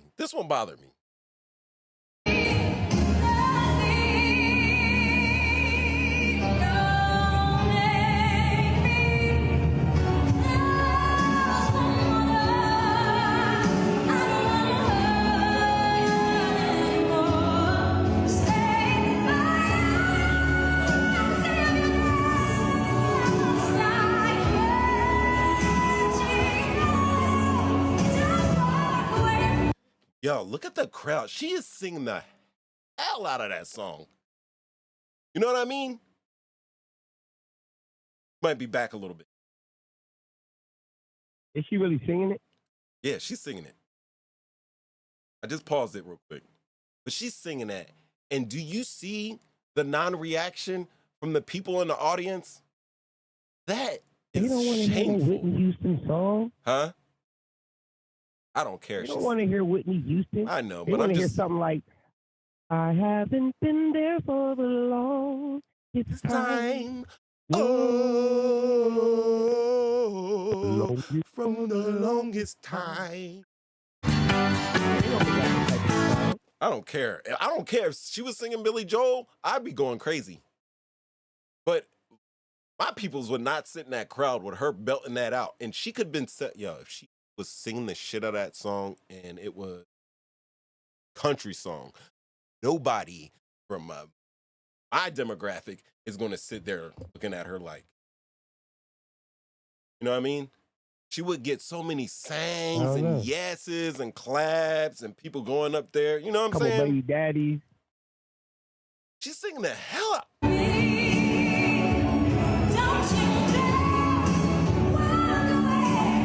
Look at this guy. They don't deserve her. They don't deserve her. To the left, to the left. Yeah, I saw that. Why is she singing so hard, though? Is that a wedding? Why is she singing so hard?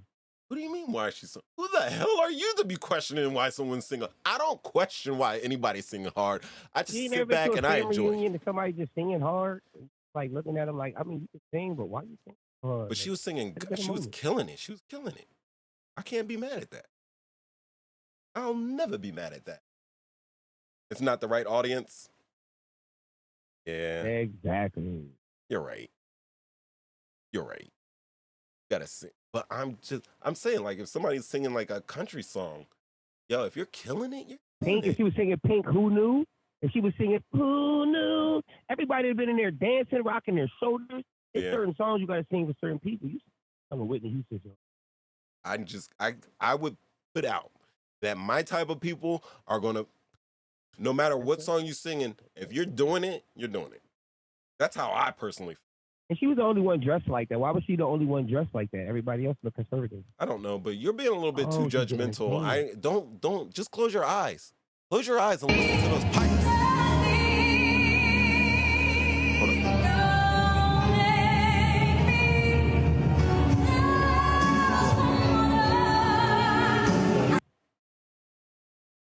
They don't deserve her. It's not even enough people for her to sing that. Don't bother me. Too loud. I hold grudges. I don't give a goddamn. I still hate motherfuckers from middle school. I don't know why. What is this? Yes, ma'am. I I'd just like to say I think you guys are all disgusting. I'm gonna clip that.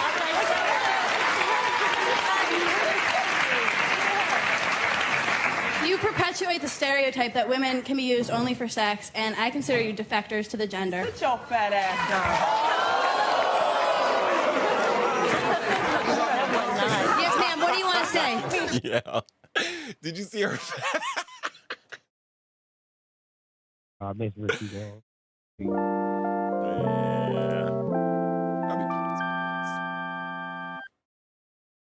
That's all. That's all I'll be playing. Yup. You already know. With that, anybody got anything? Anybody got anything for me? Huh? Anything? That was Ricky Lake. That was. Oh, hold on. Maybe a little Kanye. I don't want nothing that looked like Elvis. He stole. That's I was talking to fake Elvises right now. Give me an African pose. An African pose? Fuck I'm gonna do? I'm posing like fucking Elvis. Show me. Fucking Elvis.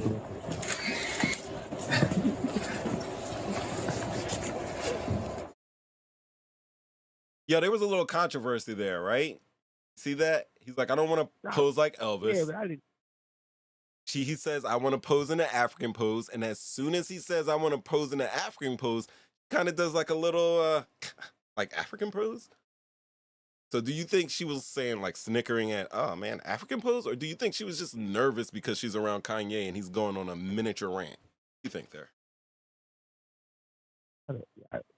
I may be nervous. I don't know. I She's don't know probably what nervous. happened beforehand. Kanye makes people They just nervous. give us- He was this is the whole thing. He was ranting about this. He was joking. ranting about a lot of things. You think he was joking? I don't think he was. I don't need it. I don't Yo, think he was he's just great entertainment. He's just great entertainment. Yeah. He's gonna keep it entertainment. Don't walk away. Oh. What's up with the black baby? What's up with the what? Here? See Oh, that two children, same environment. One is a gangster, one is a minister. I think that's something that Psychologist in one session said that, well, I know two children that came from the same environment, and if environment is everything, one turned out to be a gangster, the other a minister. If environment is everything, how do you get those differences? The minute you pick up one child and start playing with it, and the other stands there with that lip out, you're making jealousy and envy. There's no such thing as the same environment. So when I pick up my little girl, I pick up my older little boy. You never work with one child. Why can't you keep your area clean? Your brother does all the time. You leave all your things around. Well, when he trips and falls down the stairs, his brother smiles, an inhibited smile, of course, but he does smile. So we build these artificialities in the world we live in today. Psychologists in one session. I thought that was interesting. Pick them both up. I know you parents out there, you guys try to do the best that you can. This guy's just giving you game. He's not trying to So I wasn't hugged enough? No, the thing is that I don't know, 5 years ago. But that's still true. And why is he's there still black innocent. babies and why is there black babies in the picture? I want to know the significance behind this. I'm going to say that there's two black babies in the picture because he's saying that one grew up a gangster and one's a minister, and whoever made this actual clip of him is probably a black person. I'm saying probably. Up there.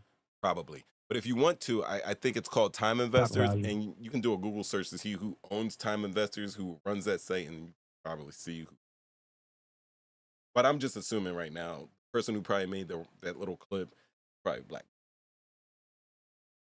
But I'm also sure that this information that this man is putting out is universal. You know? So what, I didn't get a hug or something? So what happened? I didn't get a hug? You're personalizing it. Don't personalize. I mean, that's what they just did. They generalized it about two kids growing up in the same household with the same people, but one doesn't get a hug, so Right. everyone feels jealous. Like they just summarized Right. it. They did. He's summarizing. I I'm just didn't get saying, enough hugs? don't Is that my fault? personalize it. There's nothing wrong with you. You're neither gangster nor minister. Or actually, you're kind of both, bro. know what I mean? You are. The American dream. Bitch, I'm from Cumberland. Yeah, bitch, I'm from Cumberland. You should know. We lead to a And they need war. to be happy I claim it.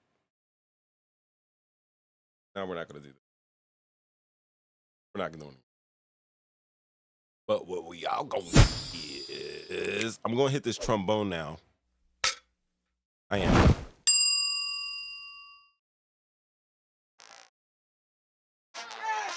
Hey, another week. It's in the books. Thursday, 7:30 p.m. We came in here. I am Mo 3 times. We got a little facts and timelines about Israel Palestine conflict. We talked about media fatigue. We went through my saved Instagram reels, and we had a great conversation about transgender and having sexual relations without identifying yourself properly. I think it's a good one for the books. Anyway, next week, same time, same place. Don't forget on Sundays, I like to talk the football thing, so hit your alerts. You'll see when I'm on. Kato knows when she's watching greatness. Okay, guys? That's right. Take her advice for it. Richie Revolution, say goodbye to the peoples. Say what's up to the peoples. Bye, people. Bye. Till next time. Till next time. Thanks for watching. I'm Mo 3 times, and I will check you guys next. Oh yeah, we gonna play 425. I hate playing that 425, Ra. Telling you. But yeah, I'm gonna be on there for the birds on Sundays. Same call-in line, same channel. It's a different show. We talk football and all that good stuff. All right. Thanks for watching. Mo 3 times. I'm gonna say that last time, but I'm out.